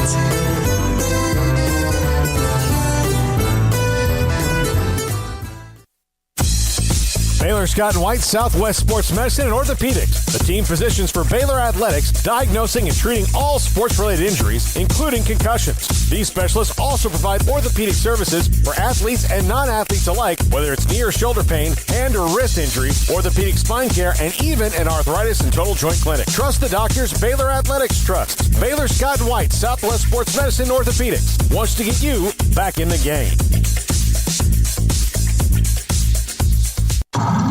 It's plain and simple. Waco Custom Marketplace is the one-stop shop for what you need for tailgating, from charcoal, cold beer, and wine.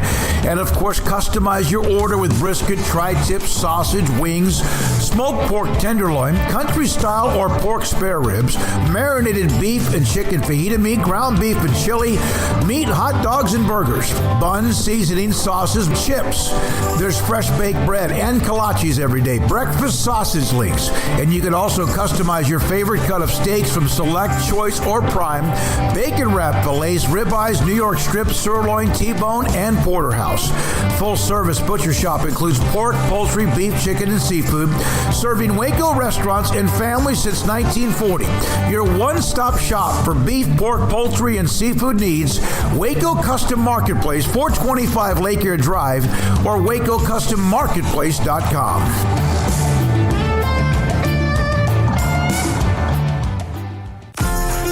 Automatic Chef Canteen is a full-service micro-market vending and office coffee provider with state-of-the-art vending equipment, a wide variety of products, and offering custom-fitted micro-market vending office coffee solutions for your employee break room. You want a full break room solution and a workplace oasis? Well, Automatic Chef Canteen, locally owned and operated for over 50 years in Central Texas, also includes in-house mechanics on call 24/7 for fast, reliable service and maintenance. Automatic Chef Canteen, 6900 Imperial Drive in Waco, or online at automaticchefcanteen.com.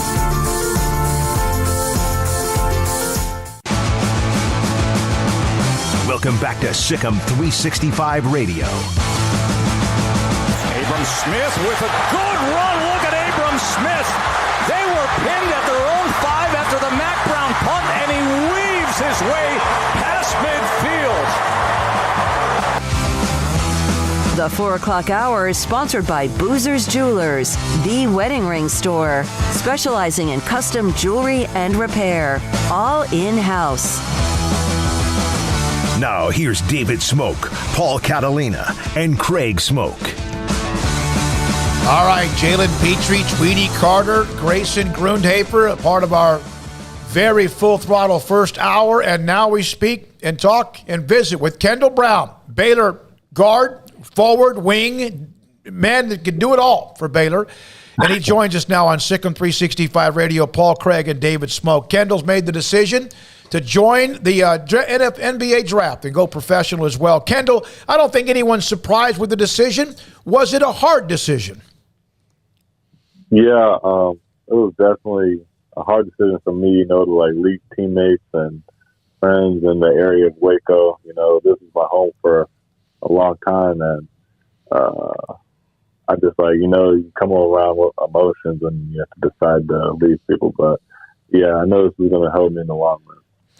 Kendall, just a year ago, you were coming to campus as a freshman and all that. 2 years ago, you're in high school. What is the rapid growth of an NBA prospect like yourself like? Is it a whirlwind? Does it feel like that at all, or does it maybe feel slower to you? Yeah, I guess in the moment you don't realize it, but when you take a step back and I look at the bigger picture, you come a long way as a player. And for me, I just look at that and I got to be a little bit proud, to accomplish the things that I've done and stuff as a team. But yeah, it's kind of surreal when you think about it. What's it been like the last couple of weeks, just in terms of watching the tournament and you guys being done? Has that been hard? And just kind of what's that feeling like for you? Yeah, it's been hard, we definitely we should be in the Final Four right now, but credit to other teams, but it's kind of sad, but you can't dwell on it for too long. It's got to keep moving. Kendall, you've had this dream and for a long, long time, and anyone that grows up playing basketball would have the dream of whatever professional league is a part of whatever sport that they like, basketball, football, or baseball. Is it something that, when did you actually first think you were good enough to play at the NBA level? Really, I just thought that as a kid, ever since I knew what the NBA was, I was that was been my plan, nonstop. I never had a plan B. So I guess just the confidence of just believing in myself that I'm good enough to play there and I will one day. That's just the mindset that I've had ever since a kid. What part of your game do you feel grew the most in your year here? I would just say my pace. I feel so more mature as an overall player, not so rushed, and I just feel I just grew a lot in that aspect, and my jump shot and ball handling, etc. Was it a quick year or was it a long year? It did go by fast. I was talking to one of the GAs. It just felt like we were just coming back from the Oregon game, and now it's we're done with the whole season. So it went by really fast. Not just done with the season, you're done with college basketball. You're off to the NBA. So that's crazy how fast that happens. Yeah. Kendall, we had an analyst, I believe, that told us one time that, for example, both you and Jeremy were those thought of as a possible what they call one and done. It's not that you raised your hand, and it's not that Kendall Brown got up one day and said, hey, I'm a one and done. You had to kind of make that decision, or Jeremy, or anyone. But it's kind of something that is put on certain players coming out of high school. Does that put additional, I don't know if the word is pressure, but a burden in a way on you? Yeah, you can say that. It definitely, we talk about mental health and stuff with athletes. That's a lot of pressure, every day, every game, you either succeed or you fail. And with the pressure of, being a one and done or this and that, that can take a toll on an athlete. If he has a bad game or whatnot. But yeah, I would say there's definitely pressure that athletes would feel. You part of the way through the year, they asked you to start shooting more threes. What does it say about you as a player that there's a lot of times they have to ask people to stop shooting as much or doing that you came in to do kind of maybe the little things first before the glory stuff?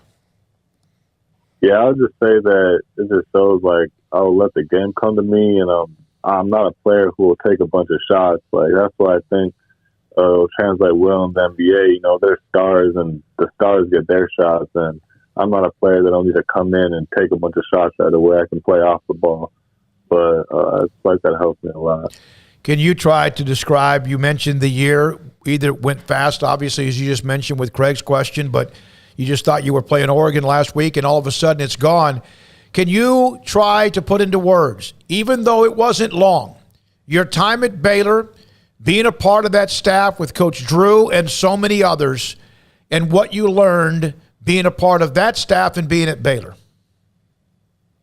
Yeah, being there, I definitely just learned, like, coming every day with the same energy, like just the same habits, and just instilling in me just to come and work every day. You know, nothing's given, everything's earned. So just coming in and working every day are good habits that I learned from them. What would you say, and Baylor has their own class that's coming in, the newest class that's coming in, what would you say to somebody that is going to visit or talk to Baylor about playing basketball? Someone that's going to visit or talk to them, I'll just say, you know, everyone there wants the best interest for you, and they're going to do everything to, you know, care for you and love you. And it's not like it's God first over everything. So, you know, basketball comes second in that aspect. But, yeah, like everyone here loves you. The community is great, and they're just going to come in here and work, you know, and get the job done. You know, I know that that North Carolina game is going to live with you guys for a long time, but I did wonder this, and I haven't heard anybody say this, so I'll ask you. I think fans watching Jeremy Sohan did not realize that he could get in people's domes like he did. Did you guys know that he could get in the other team's head like he did against North Carolina? Yeah, we've been on that. He's just he's just a dude that, you know, can get under your skin. Like, there's just something about him. Like, I don't know if it's like just the way he talks, and like it's funny, but yeah, he definitely can. How often, Kendall, even in the moment of playing basketball at Baylor, how often did you or Jeremy talk or discuss the future about the possibility of turning professional at any time? Yeah, I mean, ever since like we knew that we've seen that we could like take it to the next level. Like, we've always had conversations and stuff about our future. You know, as kids, you know, this is what we want to do. We want to play at the highest level. We want to play with the best of the best to get better. So just we would talk a lot about it. What is it going to mean to you? And there's a long way to go between now and the draft. But what will it mean to you if you close your eyes for a second and you hear somebody calling your name, drafted by whoever it is among the NBA on draft night? What will that moment mean to you? Yeah, I was going to be overwhelmed with emotions, you know. This was just a dream ever since a little kid, and all the work you put in, and the families and friends that sacrificed, and all the coaching staff that have helped me get better, you know. It's all going to come over at once, and like, this is the top of the top, so I'm just going to be overwhelmed with emotion. Well, I want to tell you this. I know that the season didn't end the way you guys wanted, or Baylor fans as well. I enjoyed watching you play the game. And I always remember what that analyst said, that sometimes the burden that's put on players because they're great coming out of high school, of what people expect, that you should score 30 points a game or you should dominate.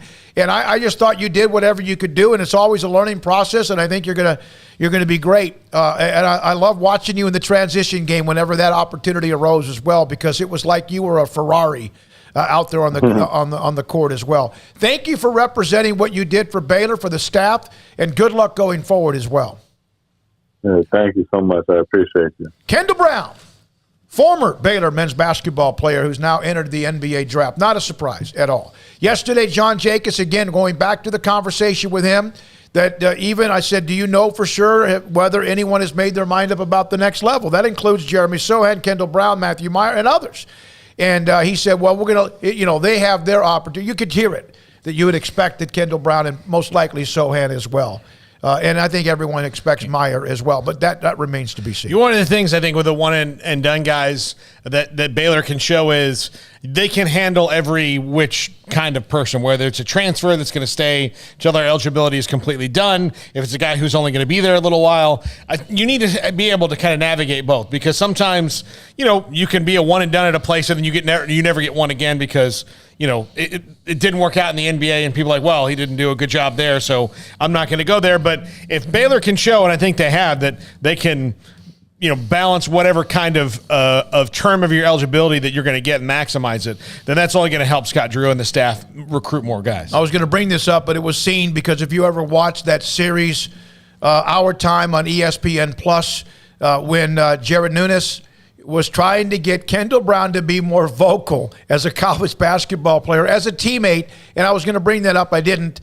Jared was talking about it. One, it's a memory that he kind of brings up the most, and that was it. He was trying to get him to say the word red, and he said, yeah, he's going to have to be much more vocal on the NBA court or in the NBA than he was in college. I know there were times because he was one and done, or people thought of him as one and done. People put that on him as one and done. That because he didn't score 23 points a game and have 9 assists and 12 rebounds, that there were some disappointments as far as people's perception or opinions.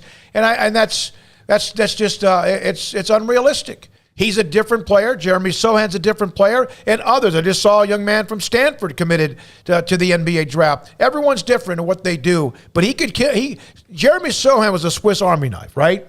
With a lot of edge. But Kendall Brown in certain ways could be that way as well. All right. You know who I see Jeremy Sohan fitting the best with? Is Greg Popovich. One, he's European, and they've been great at that over the years. And two, I mean, he'll do whatever you ask him to do.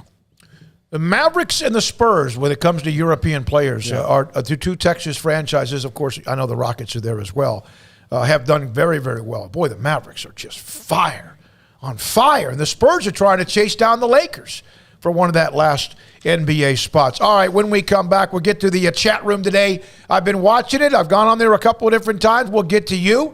And also the text line is open at 254-339-1122. Sikkim 365 Radio, 365 Sports.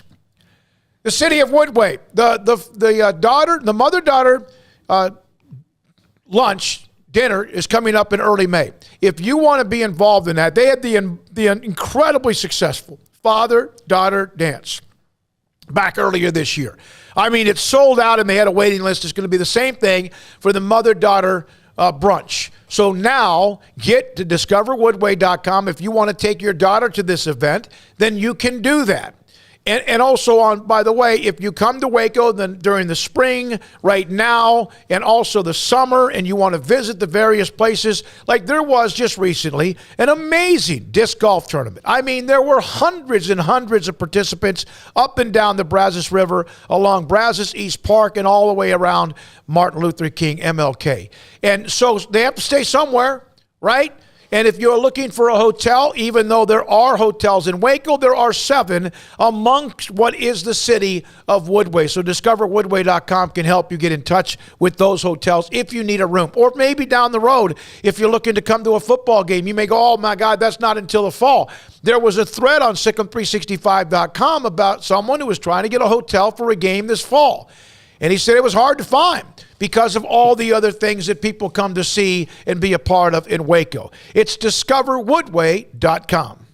With so many companies and policies out there, it gets so confusing shopping for insurance, and I never know if I'm getting the policy that's right for me. Luckily, I met the team at the Niche Group Insurance Agency. With the Niche Group, you can go to one company and get access to coverage options from many insurance carriers, and you get to speak to a real person about your specific coverage needs. With the Niche Group, I know I'm getting the right coverage at the right price. If you need insurance, talk to the experts at the Niche Group at 1-800-258-8302. too. Do you or your kids get nervous about going to the dentist? Stonewood Dental. Dr. Steve Childress, he can help. I've spent a career taking care of patients who as children had bad experiences, and now they're adults that hate going to the dentist. If I get a kid at 3 years old and they come every 6 months and it's a happy experience, it's normal for them. Now they have an accident at 6 or 7 or 8 at school. Now they have a broken tooth or a trauma, and they have to come here. They're used to lights, they're used to water in their mouth, they're used to experience, they already trust us. It's amazing what we can do with that kid without it being a negative thing. But if I see a 6 or 7 or 8 year old that's never been to the dentist, and now they have a trauma or an unfortunate unexpected toothache, it's harder to do that for that kid and it not be somewhat of a negative experience. So bottom line is I try to teach kids and adults and teenagers and everybody the way I'd want my family treated, which is where it's a necessary part of life. You just take care of it. It doesn't have to be that big a deal. Learn more, stonewood-dental.com. One size fits all. That may be all right for an adjustable belt or cheap sunglasses, but when it comes to your financial needs, no one wants a one-size-fits-all strategy. Cam Heathcott, your Edward Jones financial advisor, knows that his most important goals are yours. That's why he takes the time to understand your needs, knowing you. That's how Edward Jones makes sense of investing. Cam Heathcott, covering Conroe and Houston, 936-756-7717 or cam.heathcott@edwardjones.com. Edward Jones, member SIPC. Let Camille Johnson Realtors guide you seamlessly through the process of buying your dream home or selling your current one. Commercial, farm and ranch, or residential, Camille Johnson Realtors can smoothly and successfully lead you through any transaction. With a team of 28 experienced agents who are excited about serving you, Camille Johnson Realtors services the entire greater Waco area. If you're in the market to buy or sell, contact Camille Johnson Realtors, 104 Midway Center in Woodway, or find them online at www.camillejohnson.com. Camille Johnson Realtors, elegant, charming, warm. Welcome home. Brad Boozer, Boozer's Jeweler, joins us on Sikkim 365 Radio. Boozer's Jewelers on the corner of Valley Mills and Lake Air Drive. It's a staple of the Waco economy. And you're about to approach this time of the year where you have the holidays, special gifts. It's not that you don't have that every single day. What are some of the things you have coming up? You know, we kind of call ourselves the wedding ring store. We do all of our own custom work in-house. I've got 2 expert jewelers on staff every day. We can make anything from scratch. We kind of pride ourselves, probably 9 out of 10 every engagement ring we do is actually made custom to what the customer wants. People look at that, oh my God, I can't afford it. I can't afford something like that. You've shown me examples that you could fit pretty much any budget. It doesn't cost any more to custom make something. You still have gold, you still have diamonds, and you still have labor. Best thing about a custom piece is if you have any old jewelry or heirloom jewelry or something passed down from a grandma or somebody, we can take that jewelry and use it towards your wedding ring for the sentimental value, and then you've got the product, and then it's just a little bit of labor and a little bit of design on your part of what you actually want. You want to know why they're successful? Brad Boozer, the owner of Boozer's Jewelers on the corner of Valley Mills and Lake Air in Waco. This is Sikkim 365 Radio. Text us at 254-339-1122. The Sikkim 365 Radio text line is sponsored by Riverbend Liquor and Wine, with the most extensive variety of craft beer in Waco. A hidden gem on Lakeshore Drive and 19th Street. Alabama, one of their linemen, Evan Neal, very highly projected, maybe even the top 5 picks in the draft. I love this attitude. They were asking about whether he would play guard or maybe he goes, you can pretty much plug me in anywhere other than center, and I'll be able to come in and make an impact. So I like the fact that he's open-minded, and who knows? I mean, sometimes guys can even make that transition as well. They had Alabama Pro Day today, and all 32 teams. 31 he had Baylor, all 32 were at Alabama's Pro Day today. Well, I think that, he's going to be a top 5 pick. He's as good as they come in the draft process, at least. So I hope he goes somewhere it's gonna maximize him. I worry about poor Aiden Hutchinson probably going to Jacksonville. Got to start somewhere. Yeah. Neal has visits already scheduled with the Jaguars, Giants, and Jets. Of course, there were all sorts of people there, as I mentioned, Alabama's Pro Day.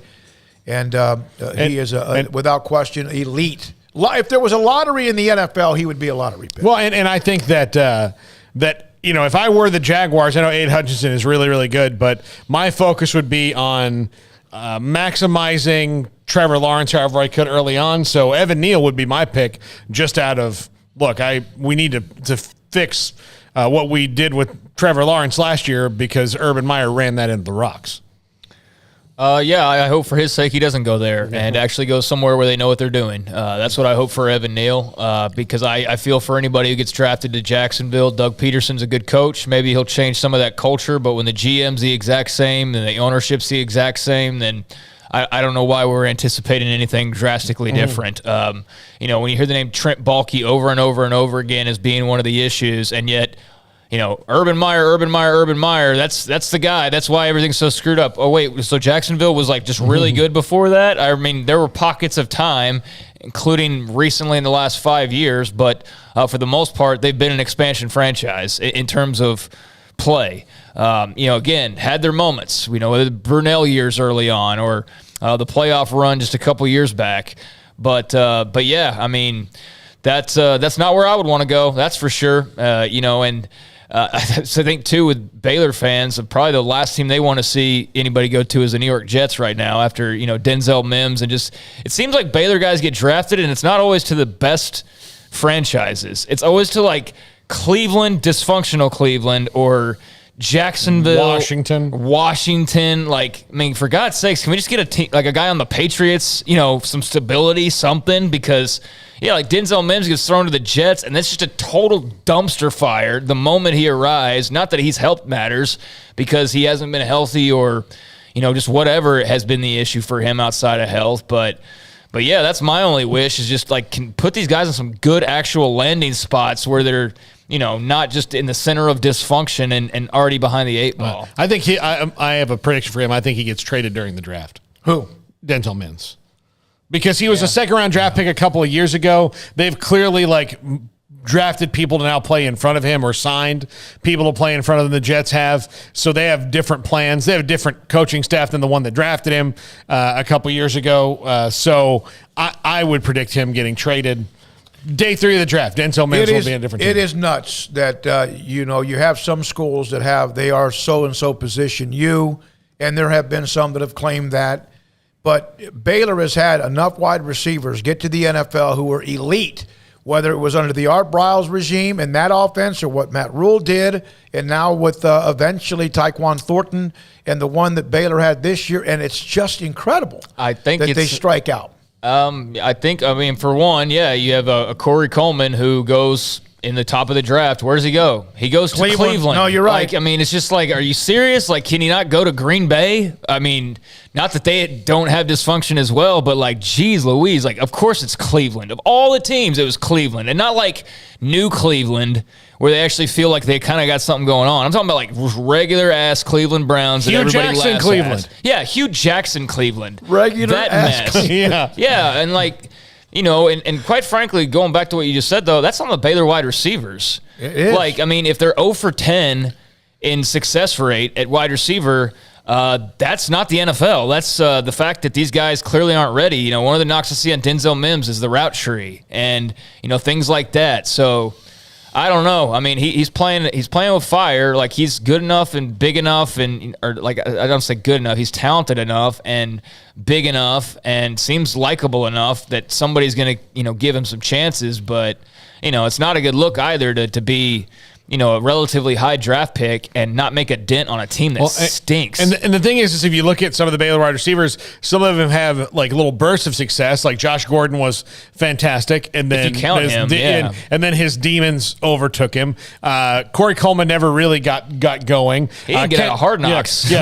Kendall Wright was really good his first year and a half in the league, and then kind of got slowed by nagging injuries. Terrence Williams was good for the whole first contract with the Cowboys. And then after that, he really was. 2 more names. Cotty B brought this up. Remember, he never got going. Ish Zamora and Katie Cannon.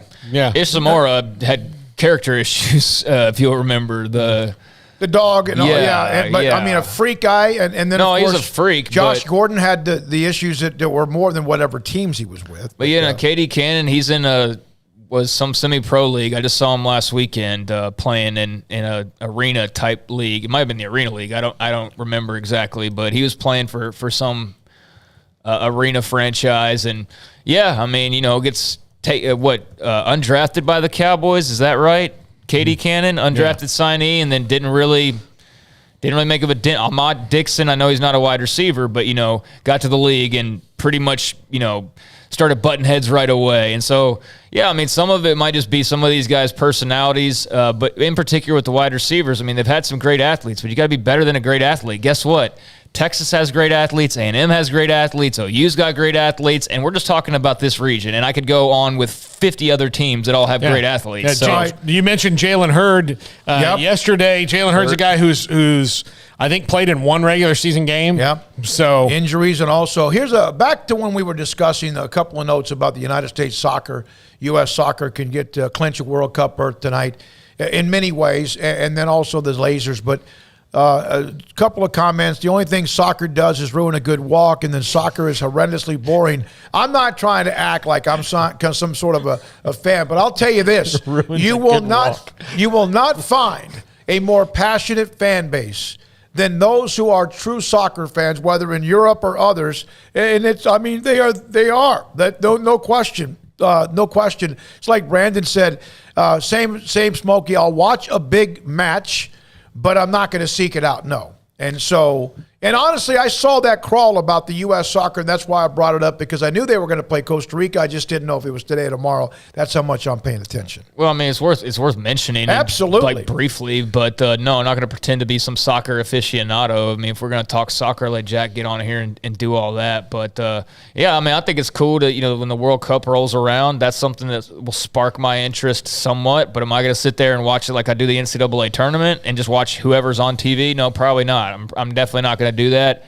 But I know there are a lot of people that, they seek out that English pub in town and go watch the games there, and they want to go watch their adopted Premier League team or, whoever they've taken on as their team of choice. But yeah, I mean, there's a good crowd for it. There's also a lot of people that, clearly are not fans of it. That's why it's kind of been in the same sort of position of like, just get ready. It's going to explode. It's going to be the next big thing. All the kids are playing soccer in the youth leagues. They're not playing football anymore. And it's like, I don't know that we've seen a single dent from those comments, which have happened regularly for 3 decades. Yeah. So, I mean, it's definitely more popular than it was as far as being played, maybe more popular than ever. I don't know, but yeah, it's not for everybody. No. Everybody's arriving in New Orleans. Final Four coming up this weekend.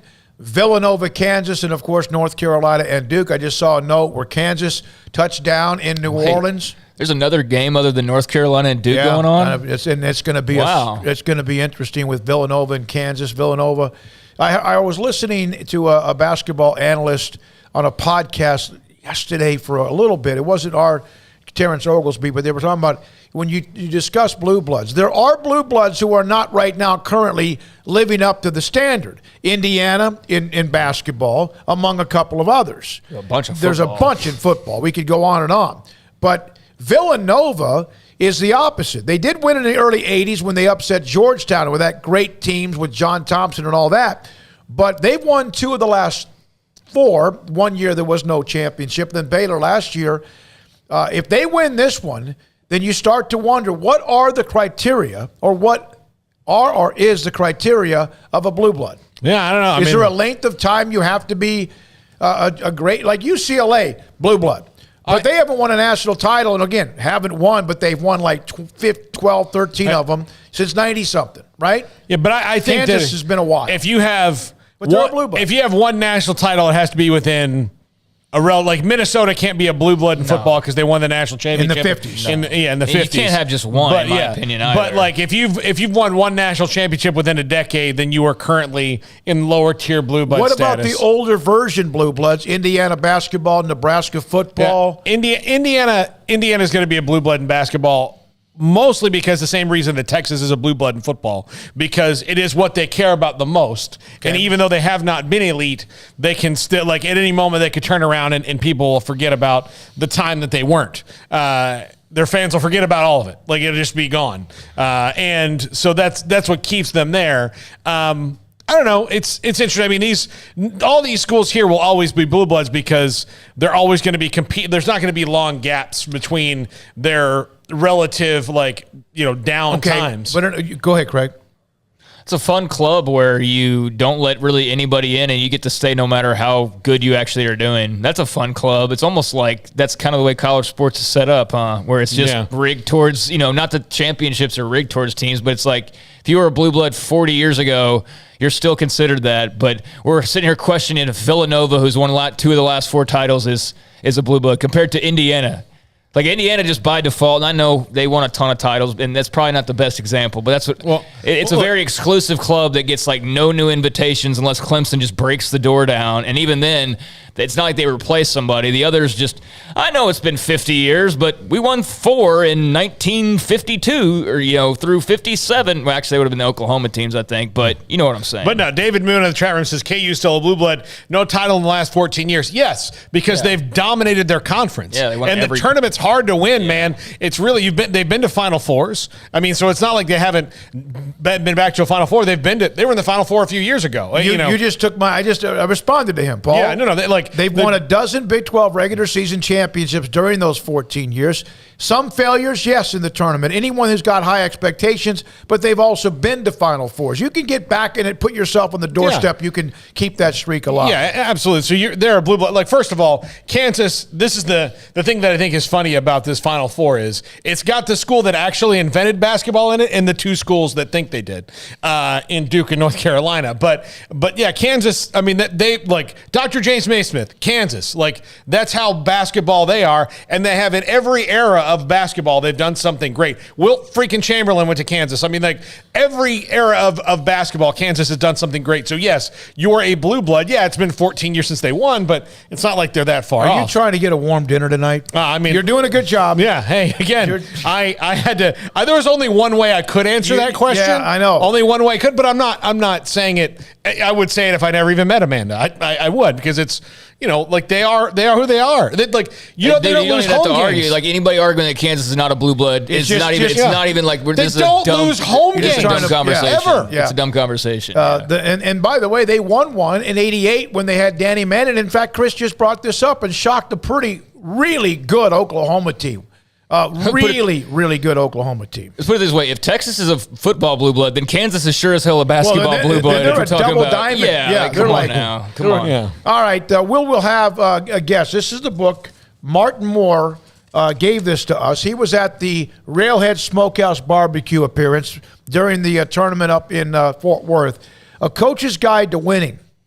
You can't defeat nature. He wrote the book. We're going to have him on, and it's very complicated if you want to get into analytics and muscles and energy and all that.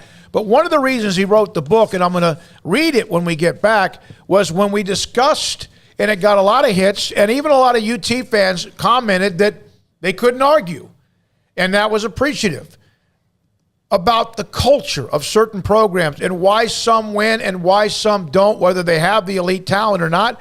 And then also brought up a comment about the Baylor women's basketball team that just suffocated in their game against South Dakota on their home court when they looked like they were frozen in mud or stuck in mud. So we're going to come back and let him kind of explain the book about many things of why teams don't meet expectations. It's pretty complicated, but I'm going to let him, and Paul's the one that set up the interview, kind of explain a little bit of that to you for sports fans as well. Sometimes when, and I'm going to use this as sometimes when you hear the word choke, what happens? The moment's too big for you. You're not ready for the pressure. Sometimes, it's just the other team has incredible momentum. And what North Carolina almost did to Baylor was they almost choked their guts out, no matter the circumstances with Manic and all the other things that went with it. But you can freeze up. Golfers do it. Anyone does it. Humans do it. So we'll have Martin Moore join us today in the next segment. With that, this is Sikkim 365 Radio. Ideal MRI is a place where you can save hundreds and hundreds and hundreds of dollars, which means if you save a few of the hundreds of dollars, you might save $1,000 or more.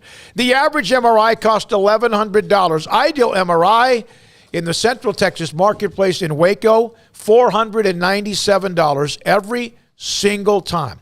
Not one day. It's not like buy one, get two free. It's not like $497 to get you to come back for another one and it's $1,500.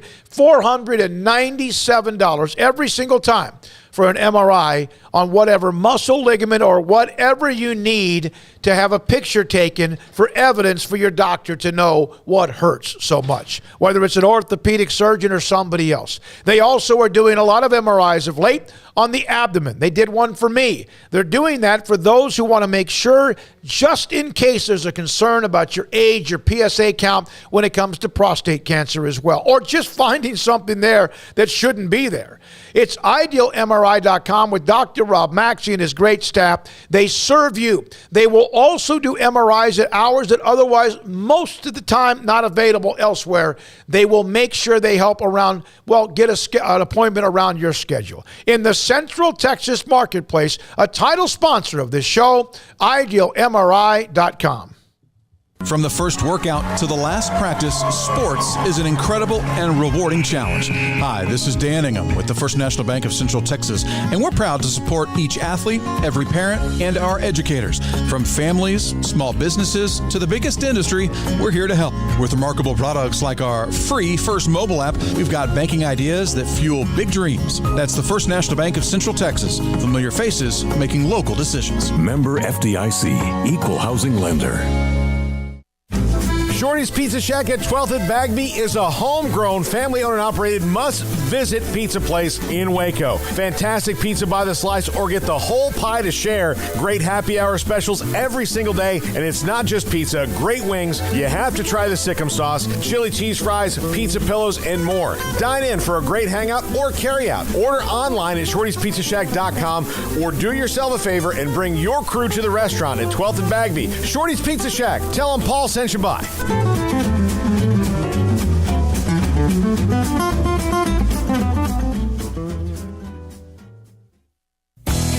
Three Nations Brewing Company has 16 different beers on draft with a new beer every Friday. It also offers 2 air-conditioned tap rooms, a large indoor beer hall, a second-floor mezzanine offering a great overview of the brewing company and equipment and patio where you can relax under the shade. Plus, you can now experience the new Three Nations Beer Garden Grill on our shaded patio with socially distanced seating for your enjoyment. Grab a cold beer and enjoy a bite from our freshly prepared and delicious menu. Street tacos, quesadillas, freshly cooked burgers and dogs and veggie burgers too. State Fair tornado fries, nachos, and so much more, all prepared and cooked on site. So come visit the award-winning Three Nations Brewing Company on East Vandergrift off I-35 in Carrollton. Cars priced right both day and night. And Richard Car in Texas. Trucks built for you, red, white, and blue. At Richard Car in Texas. Cars that zoom with lots of room. At Richard Car in Texas. Count on us, a dealer to trust. At Richard Car in Waco, Texas. It's plain and simple. Waco Custom Marketplace is the one-stop shop for what you need for tailgating, from charcoal, cold beer, and wine. And, of course, customize your order with brisket, tri-tip, sausage, wings, smoked pork tenderloin, country-style or pork spare ribs, marinated beef and chicken fajita meat, ground beef and chili, meat, hot dogs, and burgers, buns, seasoning, sauces, chips. There's fresh baked bread and kolaches every day, breakfast sausage links. And you can also customize your favorite cut of steaks from Select, Choice, or Prime, bacon wrapped fillets, ribeyes, New York strips, sirloin, T-bone, and porterhouse. Full service butcher shop includes pork, poultry, beef, chicken, and seafood, serving Waco restaurants and families since 1940. Your one-stop shop for beef, pork, poultry, and seafood needs. Waco Custom Marketplace, 425 Lake Air Drive, or WacoCustomMarketplace.com.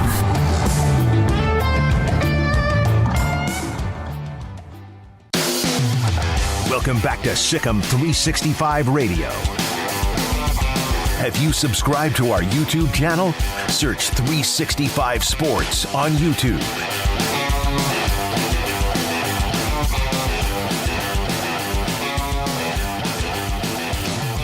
By the way, a couple of the chat room comments on the Blue Blood and Chris Armstrong. I put UCLA, Kentucky, slightly above Kansas. UCLA, according, they did win 10 of 11. are 10 of 12 national titles under Wooden, and that alone, of course, is something that, you're just not going to see that. UConn and women's basketball was in that neighborhood, but I know there's other sports, Arkansas and track and field. I know you'll get to that, but it's pretty amazing sometimes the dynasties we have over the years. We met Martin Moore, actually before we met him, at Rail House Smokehouse Barbecue in Fort Worth before the weekend of the NCAA tournament. He contacted us because we had a segment about University of Texas athletics, the culture that sometimes is maybe why they have not been as successful. He wrote this to us, and I'm going to paraphrase it, not go through the whole thing. I just watched and enjoyed your segment on UT Longhorn culture. I've studied up close the physiological factors involved in winning consistently since 1980. No doubt the quality of the players you recruit is the prime factor.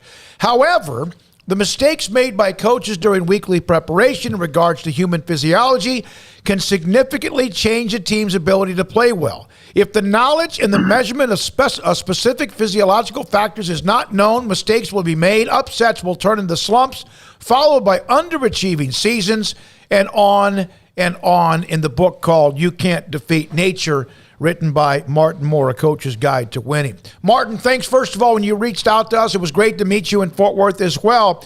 And you also mentioned when Baylor's women lost at home to South Dakota, they kind of almost seemed like they suffocated a little bit, and mentioned them as well. When did you get interested in finding all of this out? Well, I have a long history with many different sports teams, all the way back to late 70s with the University of Southern California, and worked with primarily football and basketball, some baseball. And I've been in a lot of situations where I've seen the built-in anxiety of playing a tough opponent, or even the other direction where you're playing somebody early in the year that should be an easy win, and the coaches are basically trying to get their team's attention, so they practice real hard. And what happens then is anybody that's looked at weights knows if you experience exercise-induced muscle damage, you're not going to be the same person when you go into the competition. And the force production of your muscular system is going to be less. There's a lot of research out there that indicates when that happens, that linear speed and agility suffers, and there may even be some good evidence that fine motor movement, like shooting a basketball, throwing a football, has problems then as well.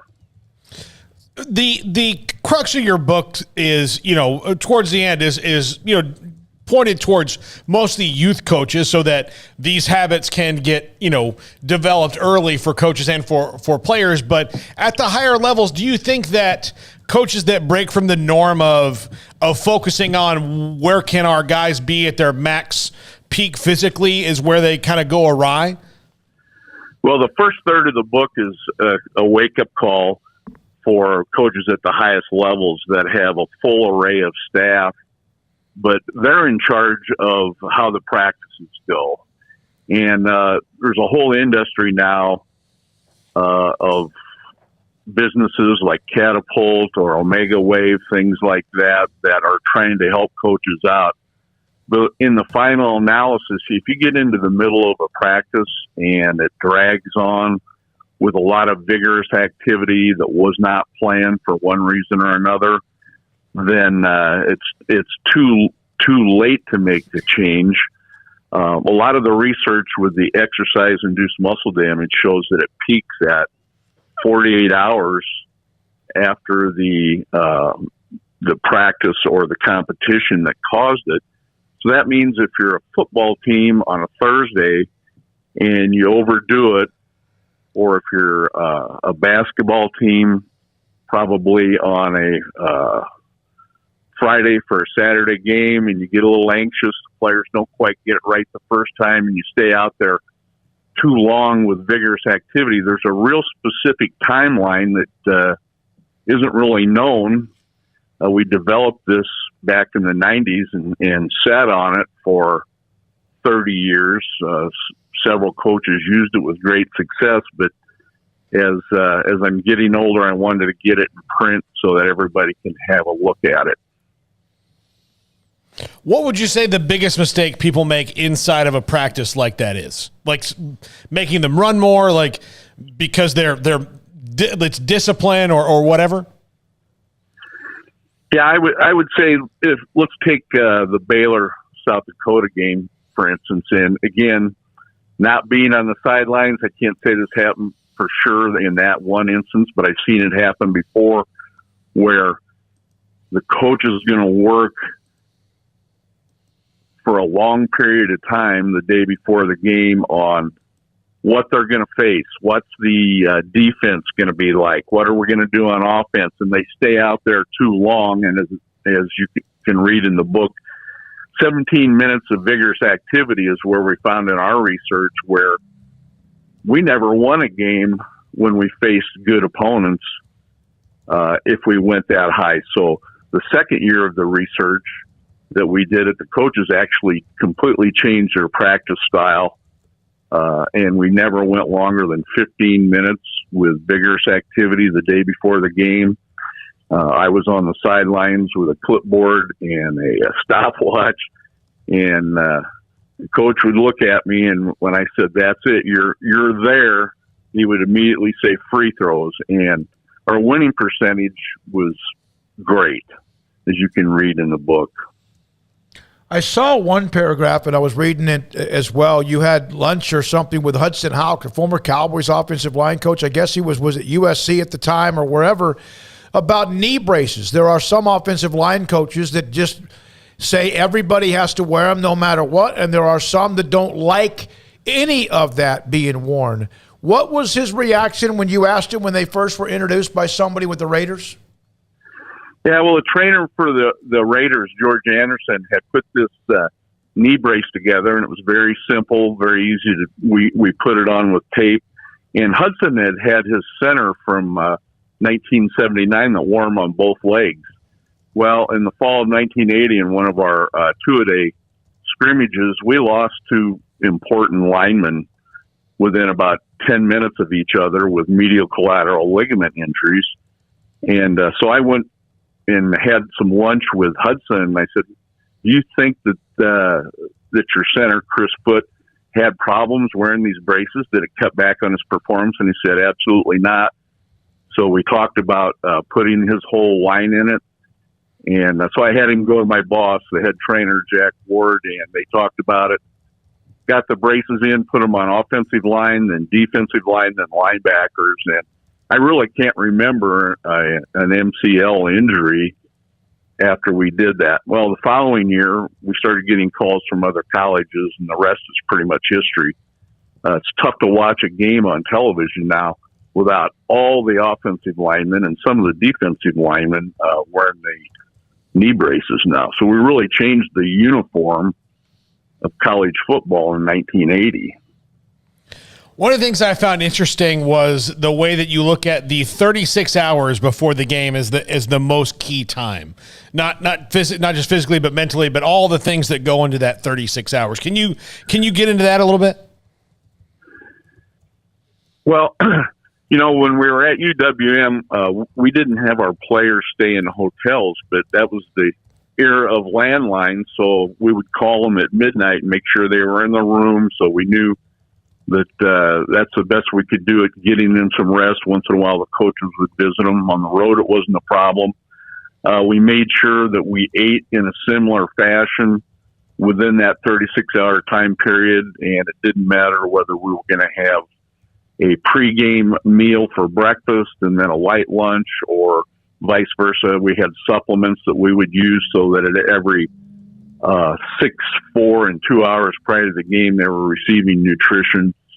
After practices, we supplemented them with 500 calories of carbohydrate so that their muscle glycogen stores would be maximally replenished. So basically, we did not leave anything to chance. We wanted to make sure that there was a balance between preparing with technique and theory for the coaches, but also physiology for the players. And we really had some some great success doing that. When you contacted us, it was about a segment we were discussing with the University of Texas. They have all the money. They have all the alums you'd ever want. They have a great city most people like where they're located. And the facilities, of course, are constantly being upgraded. But there are a lot of, I guess in recent years, the last 10, 15, 20 years, in a lot of ways, there's a lot of disappointment. There's a lot of underachieving. Why? It's hard to understand, isn't it? But I think coaches don't really completely understand what they do to their athletes during the course of a practice week a lot of times. There's 3 ways to create this exercise-induced muscle damage, and 2 of them are mechanical, and that's through collisions and decelerating when you're running, landing when you're jumping, all those things. But there's a 3rd way, which is a metabolic exercise-induced muscle damage, and you can be out on the field with helmets and shorts on, not hitting anybody, but if there's a lot of activity and it's vigorous in nature so that you're using muscle glycogen, you can create muscle damage that way too. So all 3 of those ways to create the damage have to be considered. And sometimes I think coaches just get to the point to where they're so focused on technique and theory and trying to do everything that they can do to make sure their team has an advantage that they actually are diminishing the players they actually have.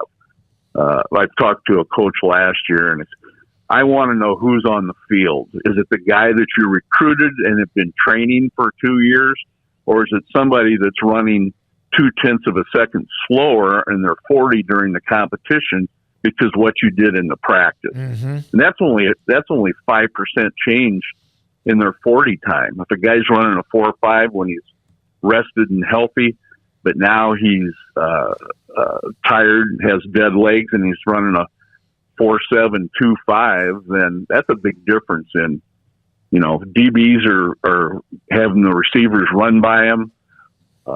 Linebackers, defensive linemen don't always tackle well. Offensive linemen don't move their feet as well.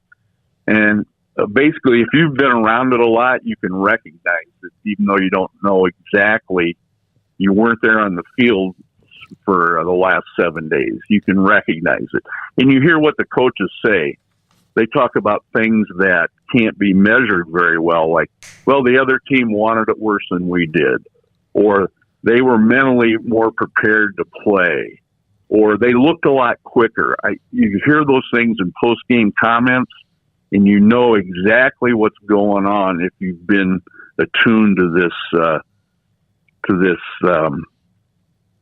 problem that goes on. There's the cover of the book. You can go online. Martin was nice enough to send us some copies as well, A Coach's Guide to Winning. You can't defeat nature, and it is very specific. It gets into a lot of the breaking down of the body, the muscles, whatever else, as well as he mentioned, endurance, cardio, whatever, and strength. And very, very well done. Martin, it was great to see you. First of all, thanks for coming out and supporting us at Railhead Smokehouse Barbecue. You were there, and it was great to see you there. Thank you for your time, and thanks for also sharing the book and the insight as well. Well, you're welcome. I always enjoy the show, and keep up the good work. You got a great ensemble there. Thank you very much. We appreciate that so much. Martin Moore, you can email if you want. I don't think he's going to mind me saying that. lockmtm@gmail.com if you are interested in more Martin Moore. Again, the book, You Can't Defeat Nature. Yeah, I need to peruse through it. I got my copy. I know exactly where it's sitting. Was finishing another book and didn't know we were going to have him on today, but I'll definitely check it out. Very interesting, especially sports science, sports conditioning, all that whole – there's various lanes you can go down, but you kind of lump them all together just in general. And that whole side of the game of the sports has been fascinating to see evolve. And it's written so that anybody can pick this thing up and not and I'd be like, well, I don't know what adipose tissue is. It's all it's just fat. But speaking of, it's a great book. Glad you set him up. I'm glad again Martin came out along with many others. It was amazing the support we had as well. from everybody at Railhead Smokehouse Barbecue in Fort Worth during the weekend of the first weekend of the tournament. And then also Phil Venzer, who's in Vegas, he's on the chat room today, and I kind of... Or is he in Reno? Reno, maybe he's in Reno. Same thing.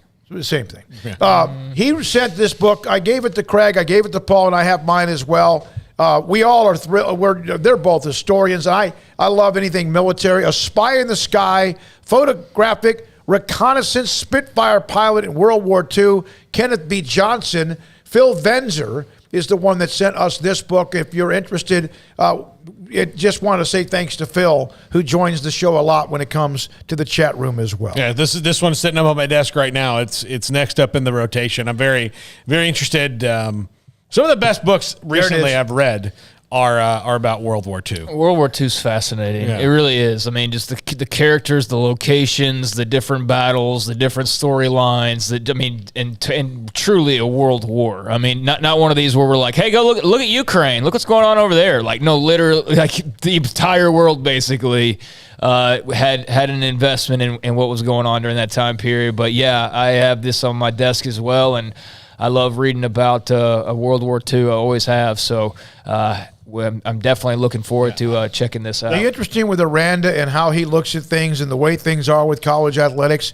And it's not that Kaz Kazadi or others, Corey Campbell, who's with Carolina now, the strength and conditioning, Jeremy Scott, and now, of course, with Vic Valoria, that they probably picked this up and they can digest this in seconds. Everything is in here with what they do, strength and conditioning. Everybody, for the most part, even though some have different motivational styles or tactics or exercises, they just chew this up. But kind of the crux of this is, coaches have to be careful about letting their emotions dictate what practice is. Practice needs to be almost scientifically exact. We got whooped. We need to go out there and grind for 3 straight hours and just get dirty and physical and get tougher. Yeah. Well, and there are different ways to achieve that same thing within your structure. But those things like, okay, well, you practiced really hard this week. Well, now you might be 20% more tired than you would have been had you done it the other way, and you might lose the game because you practiced too hard. And look, practice has changed immensely in the last decade on all levels of maybe longer than that, because Bill Walsh in San Francisco kind of, I don't know if they were the first, but they kind of went to a lot of the no contact and more reps than anything else, and that was back in the 80s. I mean, look, Smokey, you were at the first Cowboys Camp Cupcake, and it was right after Bill Parcells and Wade Phillips took over, and that team at a Camp Cupcake was maybe the best Cowboys team of the last 25 years. 09? 07. Okay. Yeah. Parcells was not. No, that was his first year of not being the coach. That was Wade Phillips' first year. They were fantastic for mostly. T.O. Yeah. Everyone was fantastic. Romo. Now, the problem with Wade Phillips is that Wade Phillips' accountability practices don't last for very long as the head coach. He's too nice of a guy, and that's proven out over the world. You can never be too nice of a guy. You mean that at a football coach? Yeah, okay. I mean, he's just he's Uncle Wade, and I think when you already have Uncle Jerry running the team, I mean that's just too much. Yeah. No, there's no question. Okay. We had a little bit of that discussion about Blue Bloods. I'm going to throw this out. The chat room, you can do it. A couple of you already have. I'm going to name 5 teams, and I know there's just a couple of other schools that could be a part of this, and I know I'm missing somebody else as well.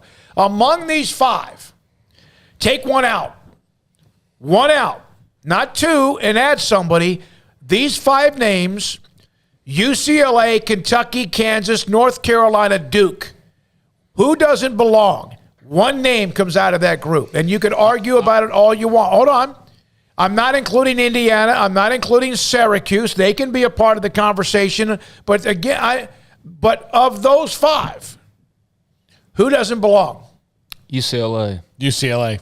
And I wouldn't put Syracuse hasn't won the new conference they're in since they've been in it.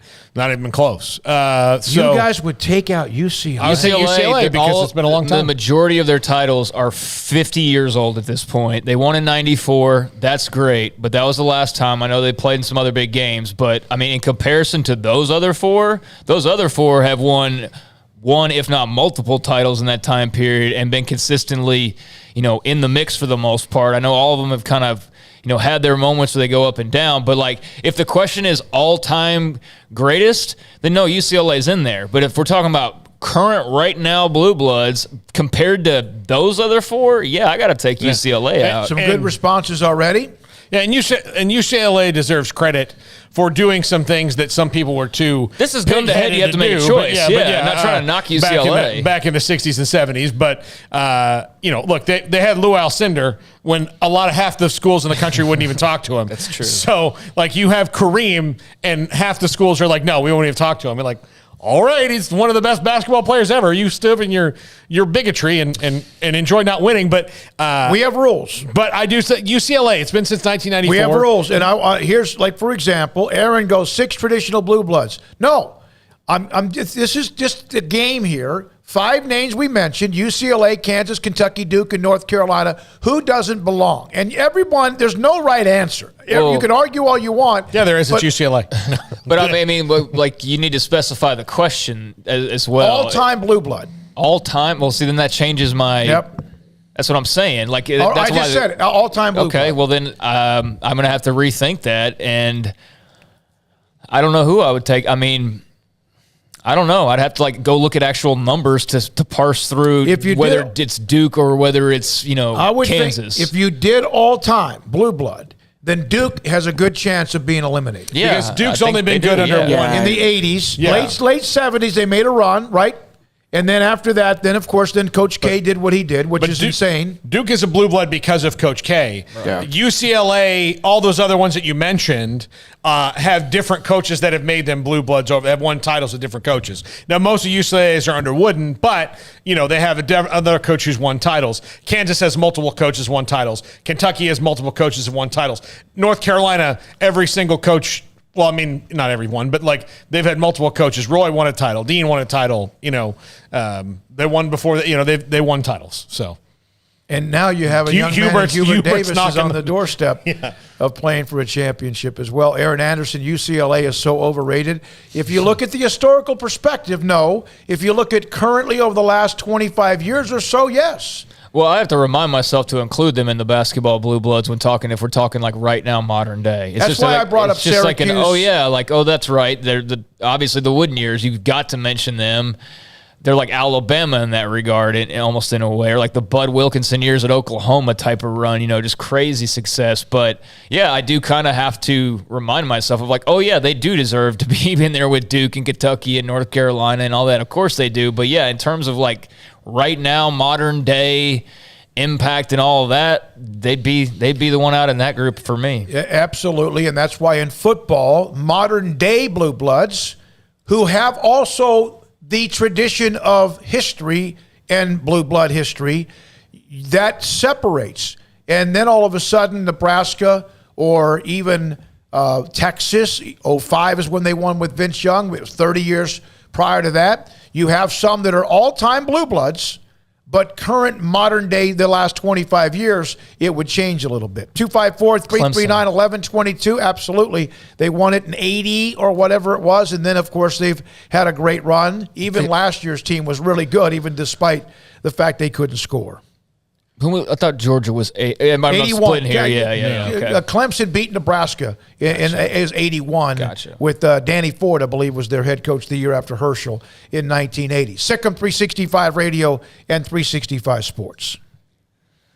Richard Carr, Buick GMC Cadillac. They want to get you into a new or even a used vehicle today. Bottom line is they just want to get you into a vehicle that you are going to love, and they've got a lot of great options right now. It's chaos at dealerships, and really more so for people across the country who are trying to get a vehicle. I mean, there's the microchip shortage, there's just the economy, there's just limited options, in particular because of the microchip shortage. But March means that Richard Carr has been in business for 23 years. In those 23 years, they've sold the best trucks and cars on the road, and they have first-class vehicles that you can trust. They want to thank Waco and Central Texas for their support over the years and look forward to many more to come. And right now, if you are one of those people I'm referring to that's looking for a new car or truck, they've got new GMC trucks. They've also got new GMC, Cadillac, and Buick SUVs steadily arriving as well.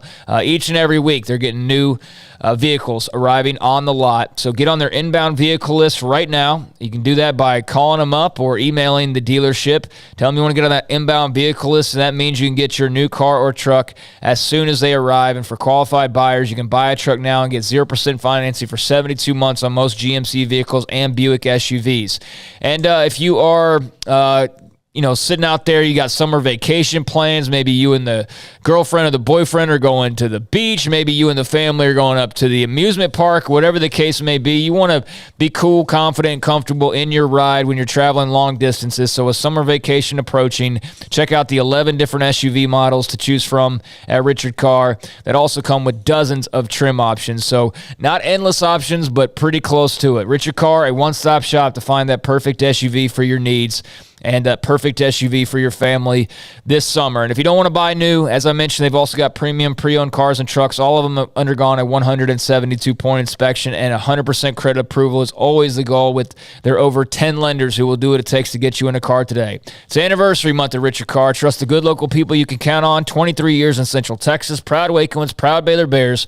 Log on to richardcarr.com today or go see them now off Highway 6 at the Imperial exit. Ram Truck Month is here, and it's all about the championship drive as our hometown teams march towards another exciting championship drive. And so can you in your new vehicle from Allen Samuels Chrysler Dodge Jeep Ram in Waco. Shop for power, performance, and reliability with the brands that bring you what you want to drive. Come in today and see our selection of new 2022 trucks, SUVs, and cars. It's time to take home the trophy from Allen Samuels in Waco. Shop the huge inventory of new car and truck inventory in stock today. Come by. Let's be friends. See dealer for details. All offers have credit requirements. It takes time to reach goals. It's a truth that applies to more than sports. It goes for your financial goals as well. You work hard for your money, and you deserve an investment strategy that lines up with your game plan. And Tom Albers, your Edward Jones financial advisor, can help. If your financial investments aren't putting forth the effort you desire, stop by today for a financial review. Tom Albers, 4301 Lakeshore Drive, 254-776-7605. Edward Jones, member SIPC.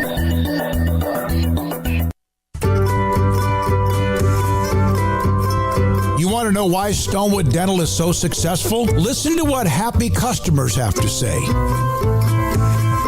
It's pleasant. It's different than any other dentist office. I really feel like they care. And it's not that you're here for 2 hours waiting on someone to take care of you.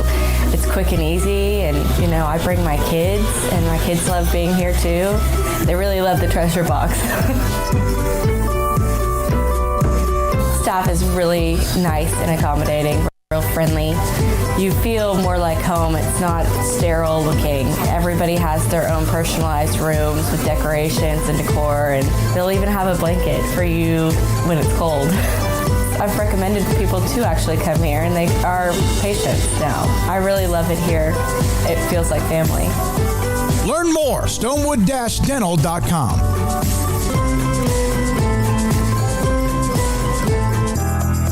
Riverbend Liquor and Wine, Lakeshore Drive at North 19th Street in Waco is a hidden gem. They've got a great selection of spirits, wine, and the most extensive selection of craft beer in Waco in their gorgeous walk-in fridge. And they have an amazing array of high-end bourbons like Pinhook, Weller, Buffalo Trace, Brush Creek, Hotel, Garrison Brothers, Thomas S. Moore, Hooten Young, and Bardstown. Great customer service and a convenient and speedy drive-through window. Riverbend Liquor and Wine. Find out more on Facebook and Instagram.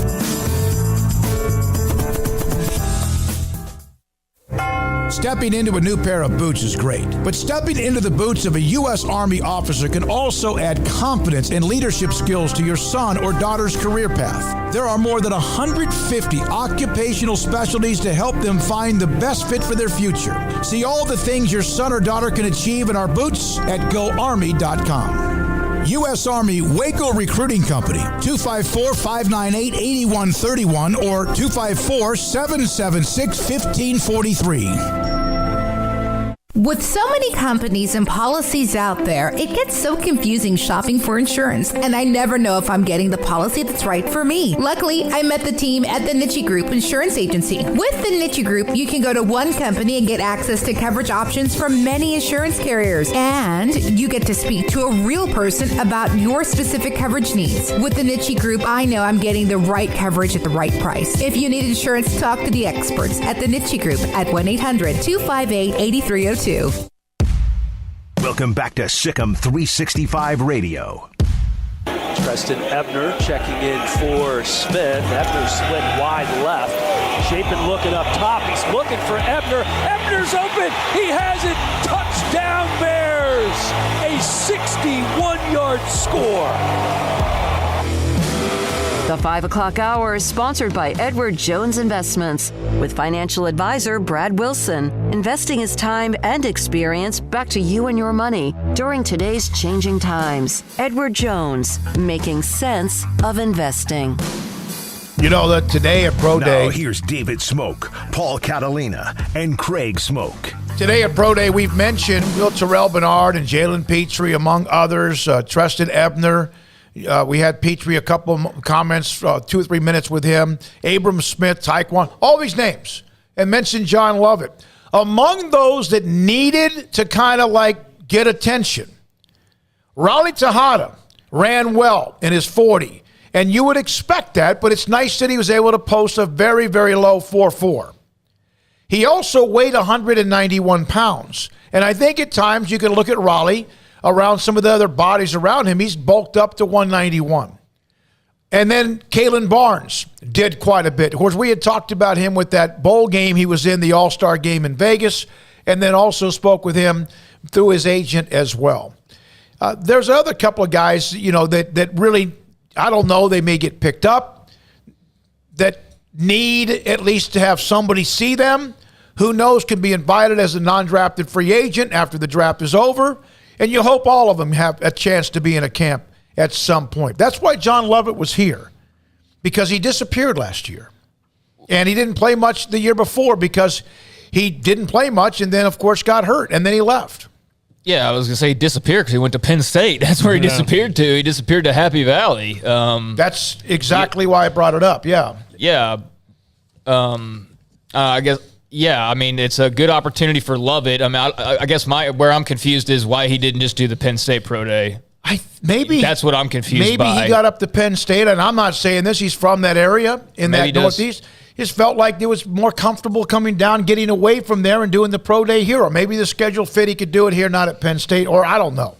Maybe they didn't some kind of disconnect. I didn't keep track of their pro day, so I'll look and see if he even participated. I have no idea, and yeah, maybe that speaks to it. Just I don't know, but it certainly speaks well of Baylor that he came back down here and he didn't even play for Dave Aranda. Mm-hmm. He played for Matt Rule and was gone pretty quickly after the season was over. Hell, I don't even know if Dave Aranda was hired. No, I don't think he probably even was when John Lovett left immediately after the 20. 2 years ago. No. 2020. Yeah, okay, I'm sorry. 2 years ago. It was a COVID year. Yeah, because he played last year at Penn State. And there was the thought about and there was a story that he and Ebner had cleaned out their locker, and of course Ebner stayed and then turned out to be really, really good for them.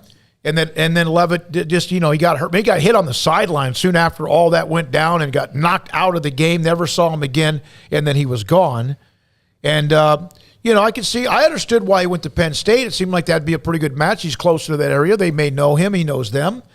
But, again, whether he was at Pro Day for Penn State or not, I don't know. Doesn't look like it, no. The last tweet I see mentioning Penn State and John Lovett was from their bowl game, and he was not present. So there you go. So, yeah, I have no idea on that, but, that's interesting that he was here, and that's good that he was here. It's great they still have a relationship, even though it is a little bit different in terms of the staffs. And, I think he clearly knew some NFL scouts based on him dapping up a couple of guys that I saw.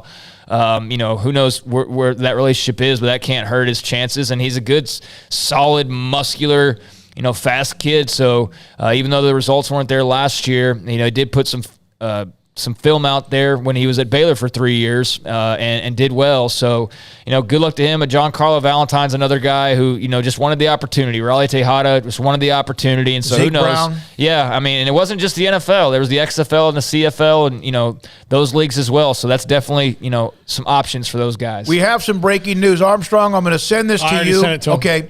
So we had Kendall Brown on earlier. Just had Scotty B, our good friend, basically our beat reporter for everything Baylor, that Kendall Brown had made the decision earlier with an interview today that he was going to enter the draft, and he joined us today at 4 o'clock. Here is the latest decision on Baylor men's basketball. James Akinjo. There were thoughts that he could come back. There was also a little push and like a give and take. I've declared to pursue my dream and enter the NBA draft. He also apparently has planned to hire an agent. So that piece is settled. Kendall Brown, James Akinjo, Jeremy Sohan next in line, or Matthew Meyer. Yeah, and when you look at it, James Akinjo leaving, while it would have been, an embarrassment of riches for Baylor to get him back, opens up more for LJ Cryer, opens up more for Keontae George, opens up more for Adam Flagler and the guards they do have coming back next year. So that's opportunity and probably lends weight to more weight to LJ Cryer coming back because there's more basketballs to go around now that James Akinjo is off to the NBA. Yeah, and I'm telling you right now, we discussed this a little bit last week, a little bit of the future of Baylor with LJ Cryer and some of the other guards and who was coming in. Keontae George, LJ Cryer gets healthy, and of course Langston Love coming off the knee injury gets healthy, among others. That were there enough basketballs to go around? James Akinjo for this team this year, although at times was criticized for handling the ball a little bit too much, was unbelievable for them, for this team this year, especially with the injuries they had. But he moves on. He decides he's going to turn pro because he had the option to come back as well. Yeah. And, like we heard Alvin Brooks say yesterday, when they were at full strength, after that TCU game, they were undefeated. And then halfway through the TCU game from then on, for 10 weeks, they were not at full strength again. And that was the one right there. It was the TCU game was where Jeremy Sohan and James Akinjo both got banged up in that game. Yeah, I'm curious to see what his stock is. I don't follow the NBA draft hardly as closely as I do the NFL draft. And we've got way longer to wait now for the NBA draft as well. We got several months to go here, or I guess not several, but you've got a few months to go. It's in July, right? Yeah, so we got a little while to go. But yeah, I'm not surprised by this in any way. I just kind of, and it's not one of those like I'm going to protect my feelings by just assuming everything's going to go wrong and then, it goes right and I'm happy and surprised by it.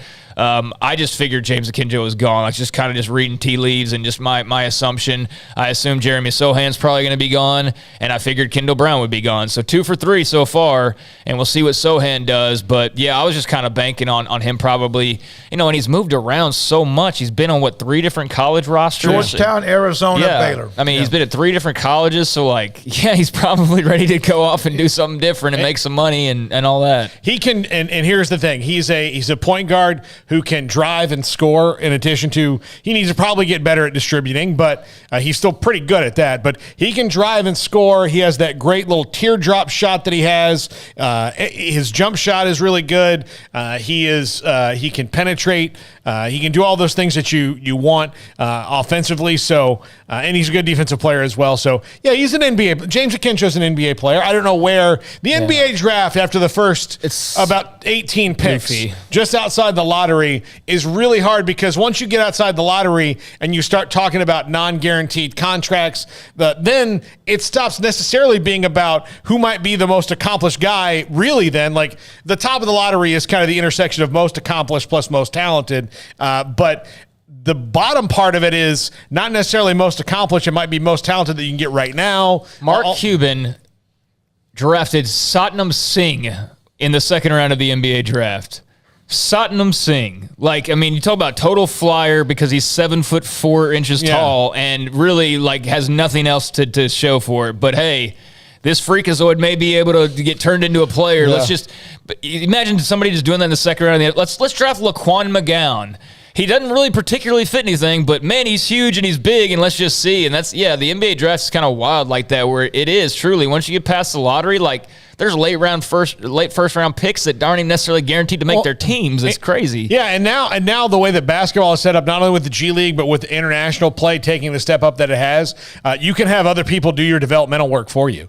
There's Royce O'Neal is a great example of that. Go overseas for a little bit, G League for a little bit. Now you're one of the better players on a really good Utah Jazz team. So, well, and the good news, Baylor's staff is set, and now, with what you have coming in, what you have coming back, those who have been injured, L.J. Cryer and also Langston Love, the entrance of Keontae George, among others, guess what? The transfer portal is open with point guards, and you got to go find one. If, in fact, you think you need one, and I think they do, someone who's experienced, and who wouldn't want to come run this team with all the weapons around whoever that will be. Well, good for them is that they've got recent success, because I think most every team in the country is looking for point guards based on the transfer portal. So that's going to be a fight to see who can actually, pull guys out of there and land guys. But fortunately for Baylor, I'm not too worried about that. I mean, they're an appealing program right now. Certainly more appealing than the majority of other teams out there. And outside of that, they don't have a whole – they've got questions, don't get me wrong, but they got far less questions than most other teams out there as far as next year goes, after losing potentially 3 guys to the NBA draft early. And Scott and staff are pretty undefeated in finding point guards that are effective out of the transfer portal, going back 8, 9, 10 years now. So they have – I cannot think of a player outside of Al Freeman who went to NC State and had a good year. Yep. And that was kind of both the sides of that was mutually beneficial. Al had kind of hit his peak with where he was going to be at Baylor, especially the style of play that they had at the time. But outside, and Al Freeman, when he left, that's the only one who kind of got better. But you talk about guys like Deuce Bello and went to Missouri. He's always the guy that's mentioned. Yeah, but they don't lose a lot of guys to the transfer portal either. Dane Danger left, and we'll see how John that Jacobs goes. made that. That was what he said. But they don't they get out way more than they put in. So Scott Drew's kind of like the Warren Buffett of the transfer portal. John Jacobs said yesterday he expected this team to continue their streak of keeping who they have.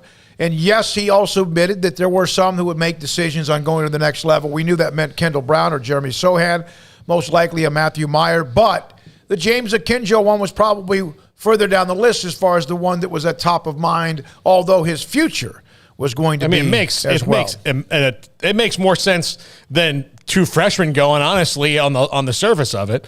He's more accomplished than either of those 2 guys, although potential is, again, like we've talked about, the NBA is much more on what can you be 3 years from now than what can you be in the rookie years, where the NFL, I think people, if you look at it like the NFL, if you're picked in the first 3 rounds of the NFL draft, you better at least contribute on special teams, at the very least. If you're a top 2-round pick now, they expect you to start by the 4th or 5th game of your first season.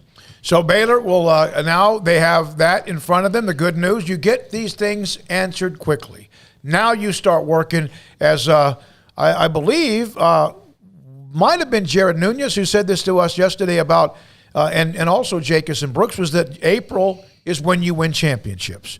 In football, you hear about recruiting, national signing day, whatever. But in basketball, with the transfer portal, this is when you go find whoever you don't have and you try to add them to the team. So next year's guards include Langston Love, includes L.J. Cryer, Dale Bonner, Keontae George, and who am I missing? I forgot who the other guard was. Another guard that I'm missing. So that's James Akinjo. I know that at times I would get into these little back and forth on Twitter. Where would they have been without him? I don't even want the answer. And yes, at times there were frustrations with how much he controlled the dribble and how they got stagnant at times. But he also was overall their best player, and also one reason he was named as an All-American as well.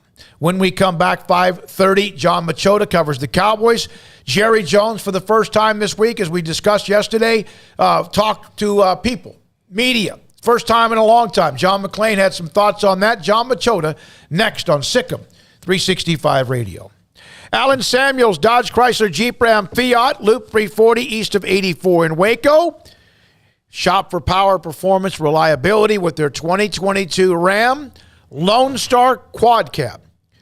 Total values of $8,500, or get $3,000 in bonus cash and 2.9% financing for 72 months. First responders, an extra $500 cash. Also, check out the 2022 Wagoneer Series 2 or 3. Both of them are spectacular vehicles. I've driven the Series 2. I've been inside the Series 3. My goodness, how good can that be? It's amazing. And the 2.9% for 72 months plus $1,500 in bonus cash. First responders, an extra $500 savings. The Jeep Grand Cherokee L, the Wagoneer, some of the newest styles, sure to deliver style, dependability, and a whole lot more for your family, including incredible safety. Alan Samuels, Dodge Chrysler Jeep Ram Fiat, their lot has used pre-owned, and of course a lot of them don't. And also, of course, they have their new cars as well, and a staff led by Ted Teague. Tell them I sent you. 340 in the east of 84 in Waco. Baylor University is where lights shine bright. So, let there be light. Let there be roommates and teammates, scholarship and championships. Let there be fresh starts and new traditions, fast friendships and lasting impacts. Let there be laughter. Let there be joy. Let there be light. Baylor University, where lights shine bright.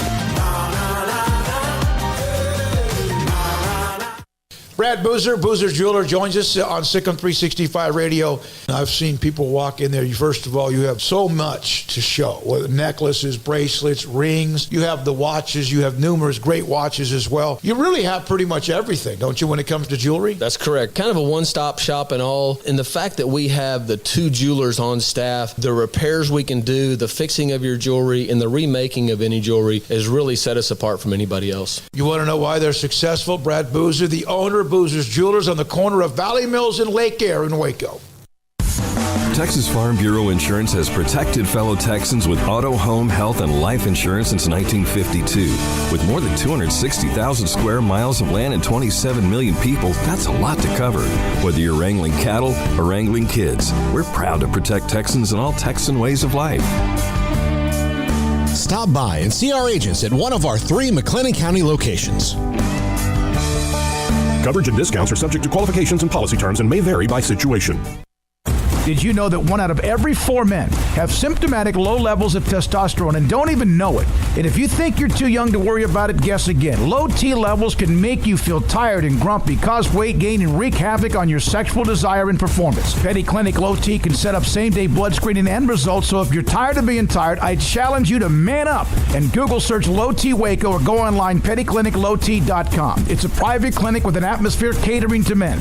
Affordable, only $150 a month, includes lab work, office consultation, testosterone injections, follow-up visits compared to $395 a month in Dallas or Austin, and you don't have to fight the traffic. Petty Clinic Low T as board-certified physician consultations will provide the best form of brand-strength testosterone available. Contact Petty Clinic Low T today, just off Highway 84 and Old Hewitt Drive in Woodway. Petty Clinic Low T, helping men become the high-performance men they deserve to be. PettyClinicLowT.com or Google search Low T Waco. How did Edward Jones become one of the biggest financial service companies in the world? By not acting that way. Financial strategies, one-on-one advice, it's a big difference. And that's why Brad Wilson, your Edward Jones financial advisor, makes sense of investing. Experience the difference for yourself. Brad Wilson, 250 Sharon Drive in Woodway, 254-776-4337. Edward Jones, member SIPC. There are 26 letters in the alphabet, over 600,000 words in the dictionary, and just 3 of them said together can change everything. Let's order pizza. Those 3 words lead to dough made from scratch and 3 fresh signature cheeses that blanket golden crust in a heavenly melt on Marco's Pizza that'll blow your mind. So visit marcos.com to order and stop by Marco's Pizza in Belmead, China Spring, Woodway, and soon to open in Robinson. Marco's. Pizza lovers get it.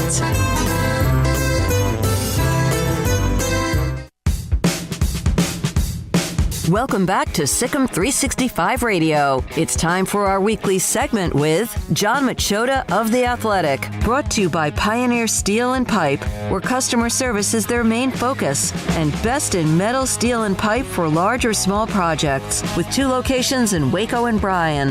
Family owned and operated since 1943. We will hear from John Machota momentarily. TheAthletic.com covers the Cowboys, the NFL owners' meetings, everyone kind of getting all lathered up because people were talking, including Jerry. John Machota, of course, has to follow them all around the country. Finally got a chance, John, to hear words. Anything that Jerry said make any sense to you? Nothing, no. Yeah, I mean, it made sense from, what we are already seeing, like that.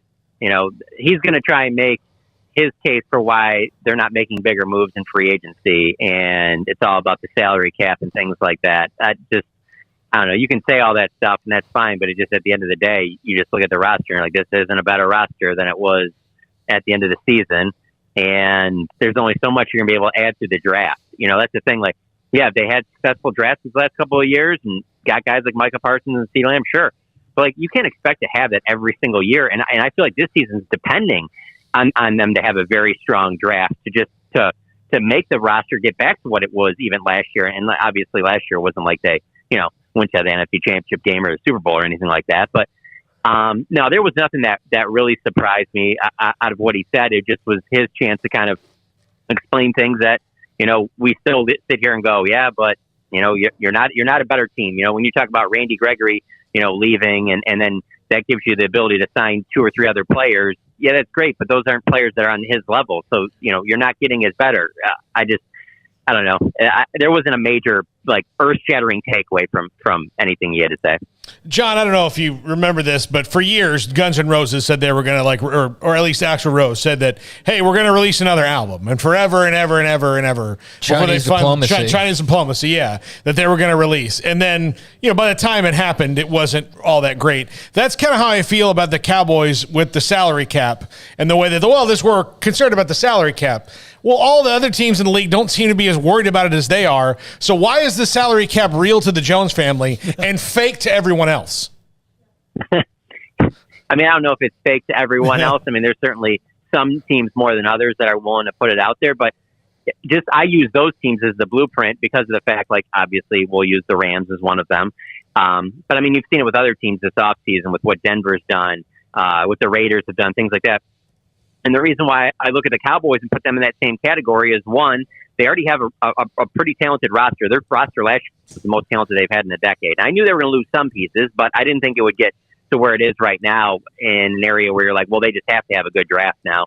And so the reason why I understand being, responsible with the cap matters most of the time. When you're the Cowboys, the roster they have, Jerry's not getting any younger. They haven't been to an NFC Championship game since 1995. Isn't right now the time to put in and go after it? It's not like they're coming off some 5-6 win season. They got a top 10 pick, and we're sitting here saying, man, you got to go out and sign at least 3 big name free agents. No one's saying that. But there are certain you could be in on some of these other players. The Bobby Wagner thing. That was never going to be as much as people wanted to talk about it. But I just thought. You basically come out of this, you lose Randy Gregory, and now you have Dante Fowler on a 1-year deal, and that's really the only thing. Now there's Amari Cooper's gone, and Lyle Collins is gone, and I understand you're saving some money on the cap, but the overall roster isn't better. And so is this making you better 2-3 years from now? Potentially, but it also might not. We don't know that. So that's why I understand where fans are coming from when they see their teams making these moves. And it doesn't have to just be in free agency. You can do it through a trade or two as well. To really make a splash, add a big-time playmaker on offense or defense. And clearly this team doesn't want to do that. They have their plan, and they're sticking to it. John, this is totally off the topic of the team itself and their personnel, but the name Jerry is very fitting. I just saw another Don Van Natta article drop on the whole to-do with Jerry and a woman who is saying that she is Jerry's child, and now Shai Anderson's involved, and Charlotte, Jones Anderson's being mentioned. Have you had much of a time to wade through that, and how much is that even something that's on your radar, given that it doesn't necessarily have major implications on the team and their performance on the field, so to speak? Yeah, I mean, it doesn't on the field, but I mean, just the nature of the business we're in. I mean, it doesn't just have to be the Cowboys. I mean, any type of a gossip thing about any type of off the field stuff with any sports team, I think, and probably even in other aspects of life, we're just naturally interested in it. So that's always going to be a factor. You know, Jerry was asked about the owners' meetings, and I saw that he said that it's personal and he wasn't going to comment on any of that. Which for Jerry Jones, that's actually kind of out of the box for him to just say that's personal. I'm not going to comment on that. So, you know, the Don Van Natta story came out after Jerry had talked to reporters in Florida. So it wasn't like he was responding to that individual report, the most recent one that's out there. But yeah, I mean, I keep an eye on it, but at the same time, I know it doesn't impact, at least right as of right now, it's not impacting what they're doing on the field. But, you know, it is something that you can't say that it isn't on Jerry's mind. Right. You know, there's several things going on now that I think also another aspect of why probably is a little bit more with the Cowboys is because this is an owner who's also your general manager. This isn't like an owner of a lot of other sports teams where you're just like, yeah, the owner's dealing with this stuff right now, but, you know, this is free agency in the draft. You know, this is up to the front office, like the general manager's handling this stuff and that. But, like, Jerry's the general manager. So, you know, he has to be involved in football stuff, too. So if his time's being taken away from that, particularly right now, this time of year, because he's dealing with other legal matters, that's not good for the football team. Paul, I want to go back to what you said. And I want, John, you, in one of your answers, it has been forever since they sniffed at an NFC championship game. I mean, literally sniffed at one. Then why not load up now? The Rams have sniffed at them, and they loaded up. And I'm not even a Cowboys fan, and it doesn't make sense to me. Right, and that's the thing. If the Rams, everybody knew what the Rams were doing. They've been doing this it's not just last season. They've been headed down this direction for a while. And so if the Rams had fallen flat on their face, let's say maybe they lose in the wild card round or in the second round or something like that. I think you can make that argument if you're Jerry Jones, like, see, this team did that. But because it worked out for the Rams, that's where I look at it and I'm like, you guys aren't taking anything from that. You don't think that this is the time to do that right now? It's just going to keep being business as usual.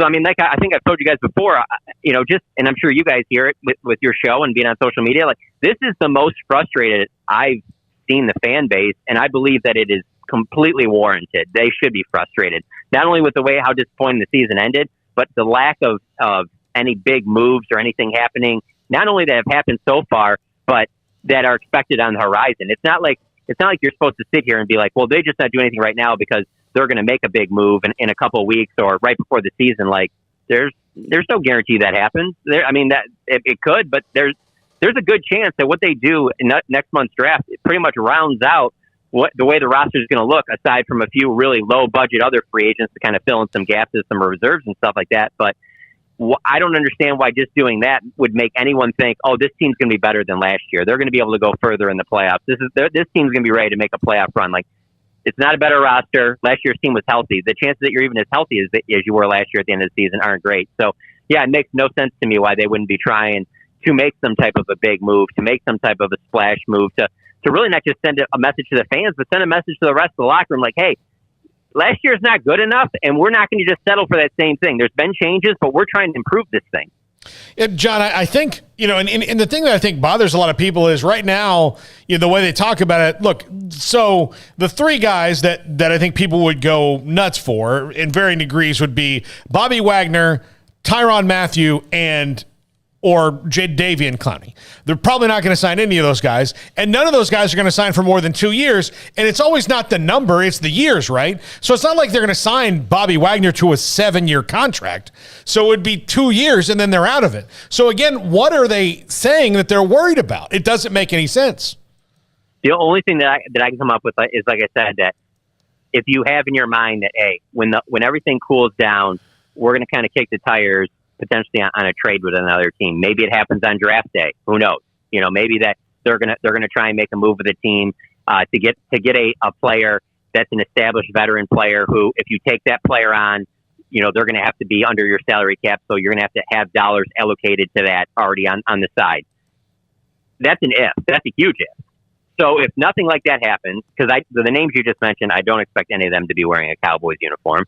And if none of that happens and you're just going off of your draft, like I said, this team's not going to be better than it was last year. Yes, you're in the NFC East, so it should get you in the playoffs. But there's nobody around Dallas. There's no Cowboys fans, around the world that is going to be happy with just, hey, they made the playoffs again. Like, it's about what do you have to go and make that deep playoff run. And where the roster is right now, even with a good draft, it's not better than it was last year.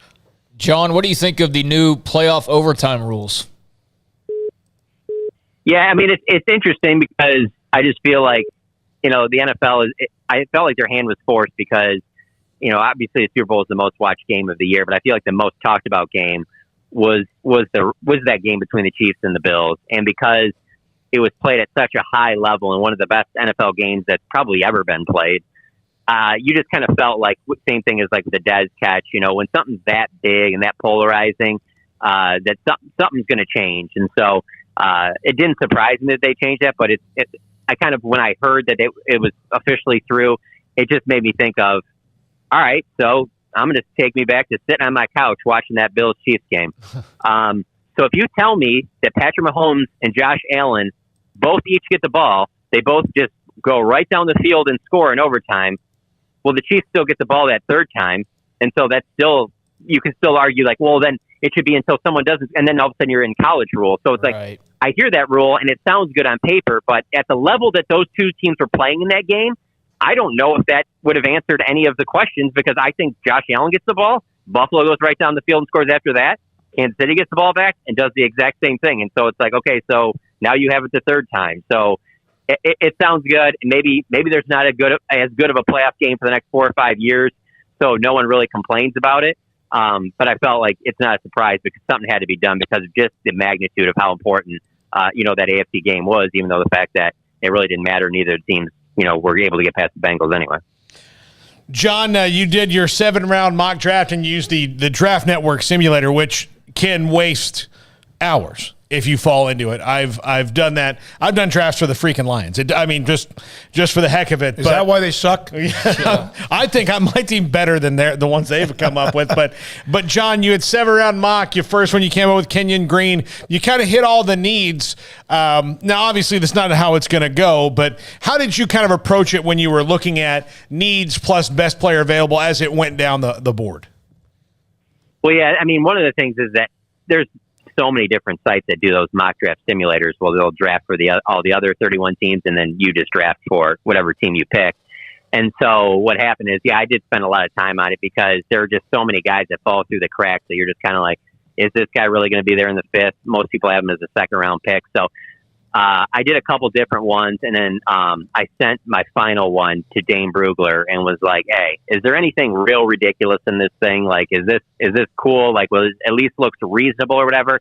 And he signed off on it and gave it his blessing. So that was good enough for me. So basically what it came down to is, like you said, it was to fill the needs. The draft's not going to go that way.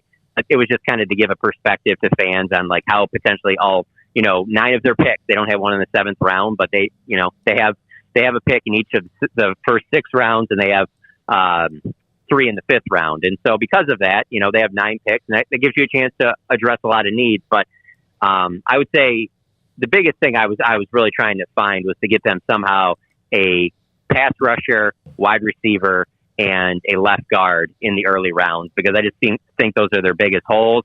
And again, like it won't necessarily fall that way, but it did in this mock, where that's what I did in the first 3 rounds. Is I got Kenyon Green to play left guard, got John Mechie, the wide receiver out of Alabama, he's coming off the knee injury, and maybe he's not 100% at the beginning of the season, but that just seems like the type of 2nd-round pick the Cowboys take their chance on. Is the guy with the big upside, has some injury concerns. That's why he falls to them in the 2nd round, and it fills a major need.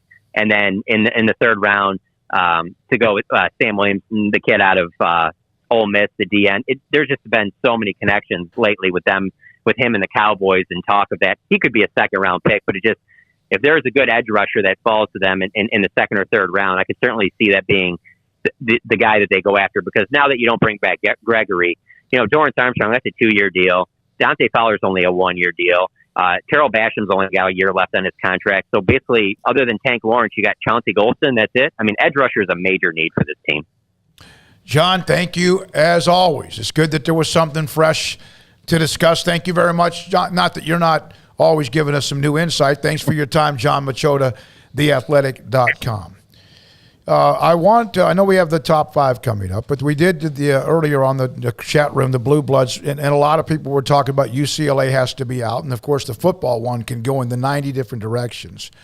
And then we mentioned James Akinjo, and the question was, has he signed with an agent? He said he's going to. There are still some provisions. Couple of different things you can do when you declare for the draft with James Akinjo or whoever else that still allows you to return to wherever you want.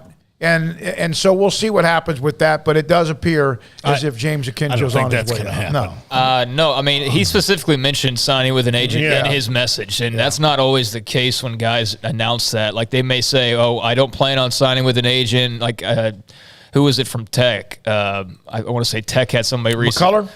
Might have been, who wasn't signing with an agent, But, I mean, he specifically mentioned he plans on signing with an agent, so that seems to be the writing on the wall there and makes that a little bit more of a sure thing. But, if I was you, I wouldn't bank on any rewinding here. I think he's out the door. Yeah, that's what it appears as well. From Ashley Hodge, who's very much entrenched in it all. I asked him, I said, transfer portal for point guard.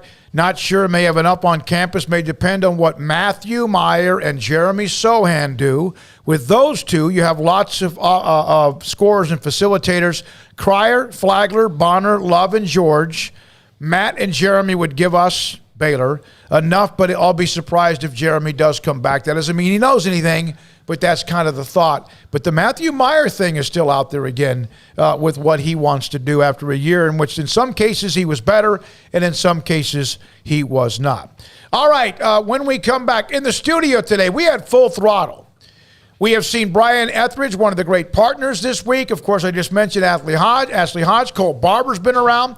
Jack McKenzie, Emery Winter, Faith Lynch, and also Armstrong Sims, all front and center for us today inside the Sikkim 365 studios, and the top 5 is next.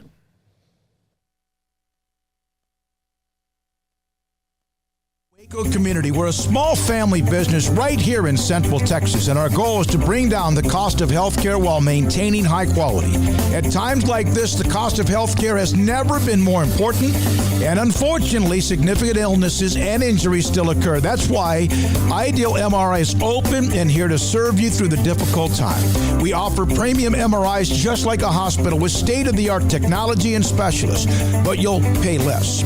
Sometimes thousands of dollars less, whether you're using insurance or not. At Ideal MRI, we accept most insurance and there are no hidden costs. Even offering financing if that's needed, everything included in the price, and you'll not get something as a surprise in the mail later on. If you need an MRI, ask your doctor about Ideal MRI. They'll know. You can schedule an appointment safely from home online in minutes at idealmri.com or give us a call, 833-IDEAL-MRI, idealmri.com. Born in Waco, Brotherwell Brewing exists to serve the Central Texas community with locally crafted beer of the highest quality. They want to bring Central Texas closer to the brewing experience so everyone can enjoy well-made beer as much as they do. For 2.5 years, they've been bringing high-quality beer to Central Texas at their location on Bridge Street in East Waco. Brotherwell Brewing believes in community and bringing people together to enjoy products made in their community. So for your game day, whether it's a tailgate or at home, stop by Brotherwell Brewing for high-quality craft beer made right here in Central Texas, 400 East Bridge Street, and check them out online at brotherwell.com. Let Camille Johnson Realtors guide you seamlessly through the process of buying your dream home or selling your current one. Commercial, farm and ranch, or residential, Camille Johnson Realtors can smoothly and successfully lead you through any transaction. With a team of 28 experienced agents who are excited about serving you, Camille Johnson Realtors services the entire greater Waco area. If you're in the market to buy or sell, contact Camille Johnson Realtors, 104 Midway Center in Woodway, or find them online at www.camillejohnson.com. Camille Johnson Realtors, elegant, charming, warm. Welcome home. Baylor Scott and White, Southwest Sports Medicine and Orthopedics, the team physicians for Baylor Athletics, diagnosing and treating all sports-related injuries, including concussions. These specialists also provide orthopedic services for athletes and non-athletes alike, whether it's knee or shoulder pain, hand or wrist injury, orthopedic spine care, and even an arthritis and total joint clinic. Trust the doctors Baylor Athletics trusts. Baylor Scott and White, Southwest Sports Medicine and Orthopedics wants to get you back in the game. Automatic Chef Canteen is a full-service micro-market vending and office coffee provider with state-of-the-art vending equipment, a wide variety of products, and offering custom-fitted micro-market vending office coffee solutions for your employee break room. You want a full break room solution and a workplace oasis? Well, Automatic Chef Canteen, locally owned and operated for over 50 years in Central Texas, also includes in-house mechanics on call 24/7 for fast, reliable service and maintenance. Automatic Chef Canteen, 6900 Imperial Drive in Waco, or online at automaticchefcanteen.com. From the first workout to the last practice, sports is an incredible and rewarding challenge. Hi, everyone. This is Dan Ingham with the First National Bank of Central Texas, and we're proud to support each athlete, every parent, and our educators. From families, small businesses, to the biggest industry, we're here to help. With remarkable products like mortgage lending, we've got banking ideas that fuel big dreams. The First National Bank of Central Texas. Familiar faces making local decisions. Member FDIC, Equal Housing Lender. Welcome back to Sikkim 365 Radio. This is Paul Catalina's Top 5 at 5:55, presented by Champion Salon and Barber. To book your appointment, go to championsalonandbarber.com. Top 5 questions for Villanova. In case you haven't guessed the first 3 days this week, we're going through all the Final Four teams, and then we'll just kind of do a catch-all on Friday that's a little bit more fun. Number 5. Is the bench ready? No Justin Moore. It means that different guys are going to have to step up. And are they ready against a really good and deep Kansas team that can throw a lot of different looks at you? Is the bench ready for the minutes they're going to have to play against Kansas? I bet, because Jay Wright and Villanova are locked in, even though you're losing a very talented player, the answer is yes. Yeah. Yeah, I mean, I think so. They got, plenty of seniors. They've got leadership. I mean, I know it's a big loss, but like you said, Jay Wright, I'm not going to question their readiness yet. I think they'll be just fine. Yeah. Number 4, can Colin Gillespie keep it together for them? Because we heard what John Gallagher says. If Colin Gillespie plays in a game, they don't have turnovers on consecutive possessions. Can he do that against this Kansas team? Is that the truth? Is that really how it's going to go? Because Kansas, as good a team as they are offensively, they're probably a better defensive team. And they come out of a defensive, minded conference in the Big 12. I would think so. Yeah. I mean, they're going to face pressure from all what Kansas does. I think Colin Gillespie has to almost be flawless for them to win. I don't know about flawless, but I mean, yeah, I think he's going to. Well, it's not like he can't turn it over. Right? Yeah, he's got to play a good game for them to have a chance. I mean, yeah, that's the thing about Villanova, going back to your last question about the bench. I mean, it's just these guys are going to be taxed quite a bit because of the lack of depth. But, I mean, look, can he? I don't know. But does he need to for them to have a chance? Yeah, I absolutely think that he does have to play at a very, very high level. So, I mean, it's going to be all hands on deck for Nova, especially with that Moore injury. They played 2 guys off the bench in the win against Houston. They played 3 off the bench. And, of course, everyone tightens up the rotation. There aren't many like St. Peter's that brings 5 new guys in. But the only one that really played multiple long minutes was Daniels, who I like a lot. He created some problems. I think it was Daniels last year. No, Samuels was the one that created problems for Baylor. Yeah. Number 3, can the defense control the tempo? These are 2 very good defensive teams playing against each other, but Villanova is built more with their defense than their offense than I would even say the Jayhawks are. This is a team that they want to keep it in the 60s. If it gets in the 70s, you would think this is Kansas's game. Back and forth in the 70s. If it gets Kansas in the 70s, before Villanova gets in the 70s, then Kansas is going to run away with the game, which I don't necessarily think is going to happen because it's Jay Wright and Bill Self, and that's 2 Titans going against each other. But can their defense be the tempo controller of this game? In their losses, of course, the Baylor loss, I mean, they scored 36 points. They gave up 57 to Marquette, 83 to Marquette, 71 to UConn, and then also in the postseason, UCLA scored 86 on them and Purdue scored 80. So, yeah, when they get into those games, not that they can't themselves score, but that's not what they usually do well. Yeah. Number 2, can they overcome the injury to Justin Moore? I mean, is this in a week, can they get ready for this? I know it's kind of similar to the bench thing, but where are the points going to come from the starters? Where are some of those things going to come from that they'll need without Justin Moore in that lineup? And it really sucks that he's not in this game. In the game with Houston, bad for him. Yeah, in the game with Houston, 7 players played. 6 of them played 25 minutes or more. 5 of them played 32 minutes or more. And then Archie Diacono played 2 minutes. Yeah. 2 minutes. And that was probably to come in for maybe 30 seconds for more here and there. But, yeah, I don't know.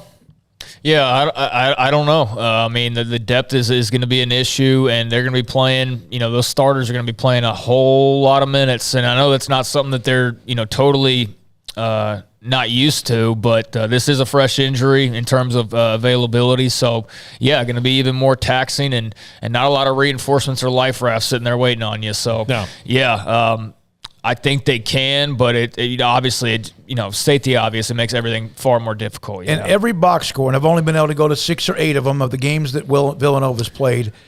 On the bench, the minutes for the bench, Daniel's usually 25, 30 minutes. All the other ones, 0, 2, 4, and 6 minutes. Yeah, that's what they do. So they're ready, but that's why are these guys ready? Because they haven't played that much. Yeah.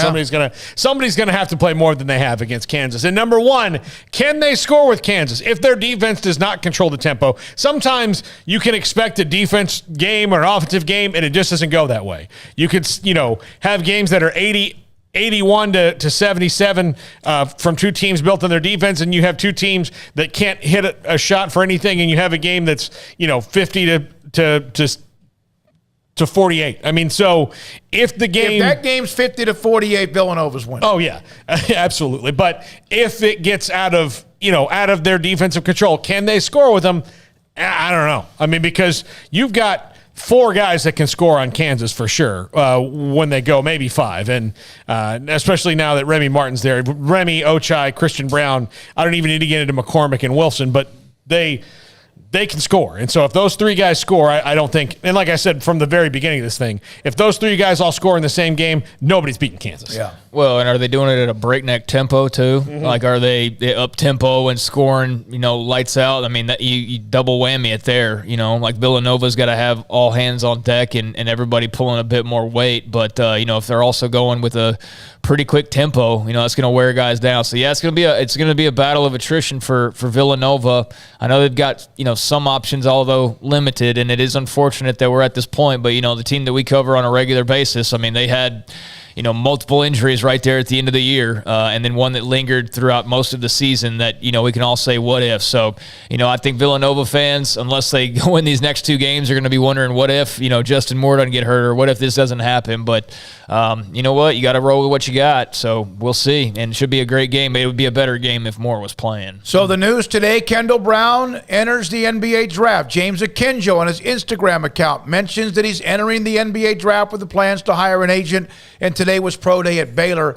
Jack McKenzie has put up all of the audio and much more on the site. It's unbelievable what we can get up so quickly. Grayson's thoughts, Craig's thoughts, and we've discussed it and digested it here on the show. So we just come back and do it again tomorrow from 3 until 6 with more focus on the Final Four. Armstrong Sims, Faith Lynch, Emery Winter, Jack McKenzie, Paul Catalina, and Craig Smoak. We appreciate you. Thank you for your support, loyalty, as we're closing in on 2 years.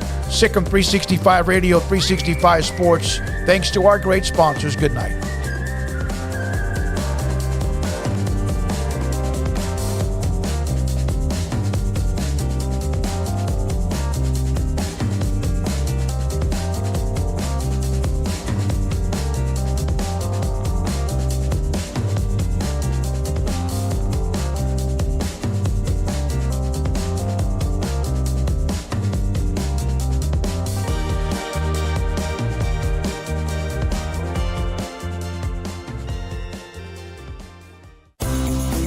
Ideal MRI is a small family business right here in Central Texas. We're open to support you while lowering the cost of healthcare bills. When you need an MRI, ask your doctor for an Ideal MRI. Visit us at idealmri.com or call us at 833-IDEAL-MRI.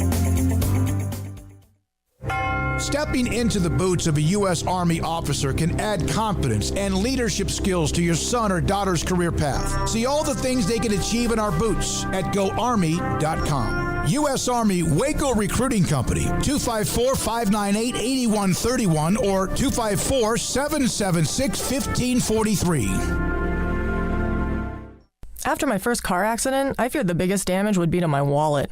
I expected a mountain of bills and a long, drawn-out process. But my Texas Farm Bureau insurance agent was there when I needed her and helped me get back on my feet and in my car in no time. Instead of a hassle, I got reassurance and a quick recovery. Stop by and see our agents at one of our 3 McLennan County locations. Coverage and discounts are subject to qualifications and policy terms and may vary by situation.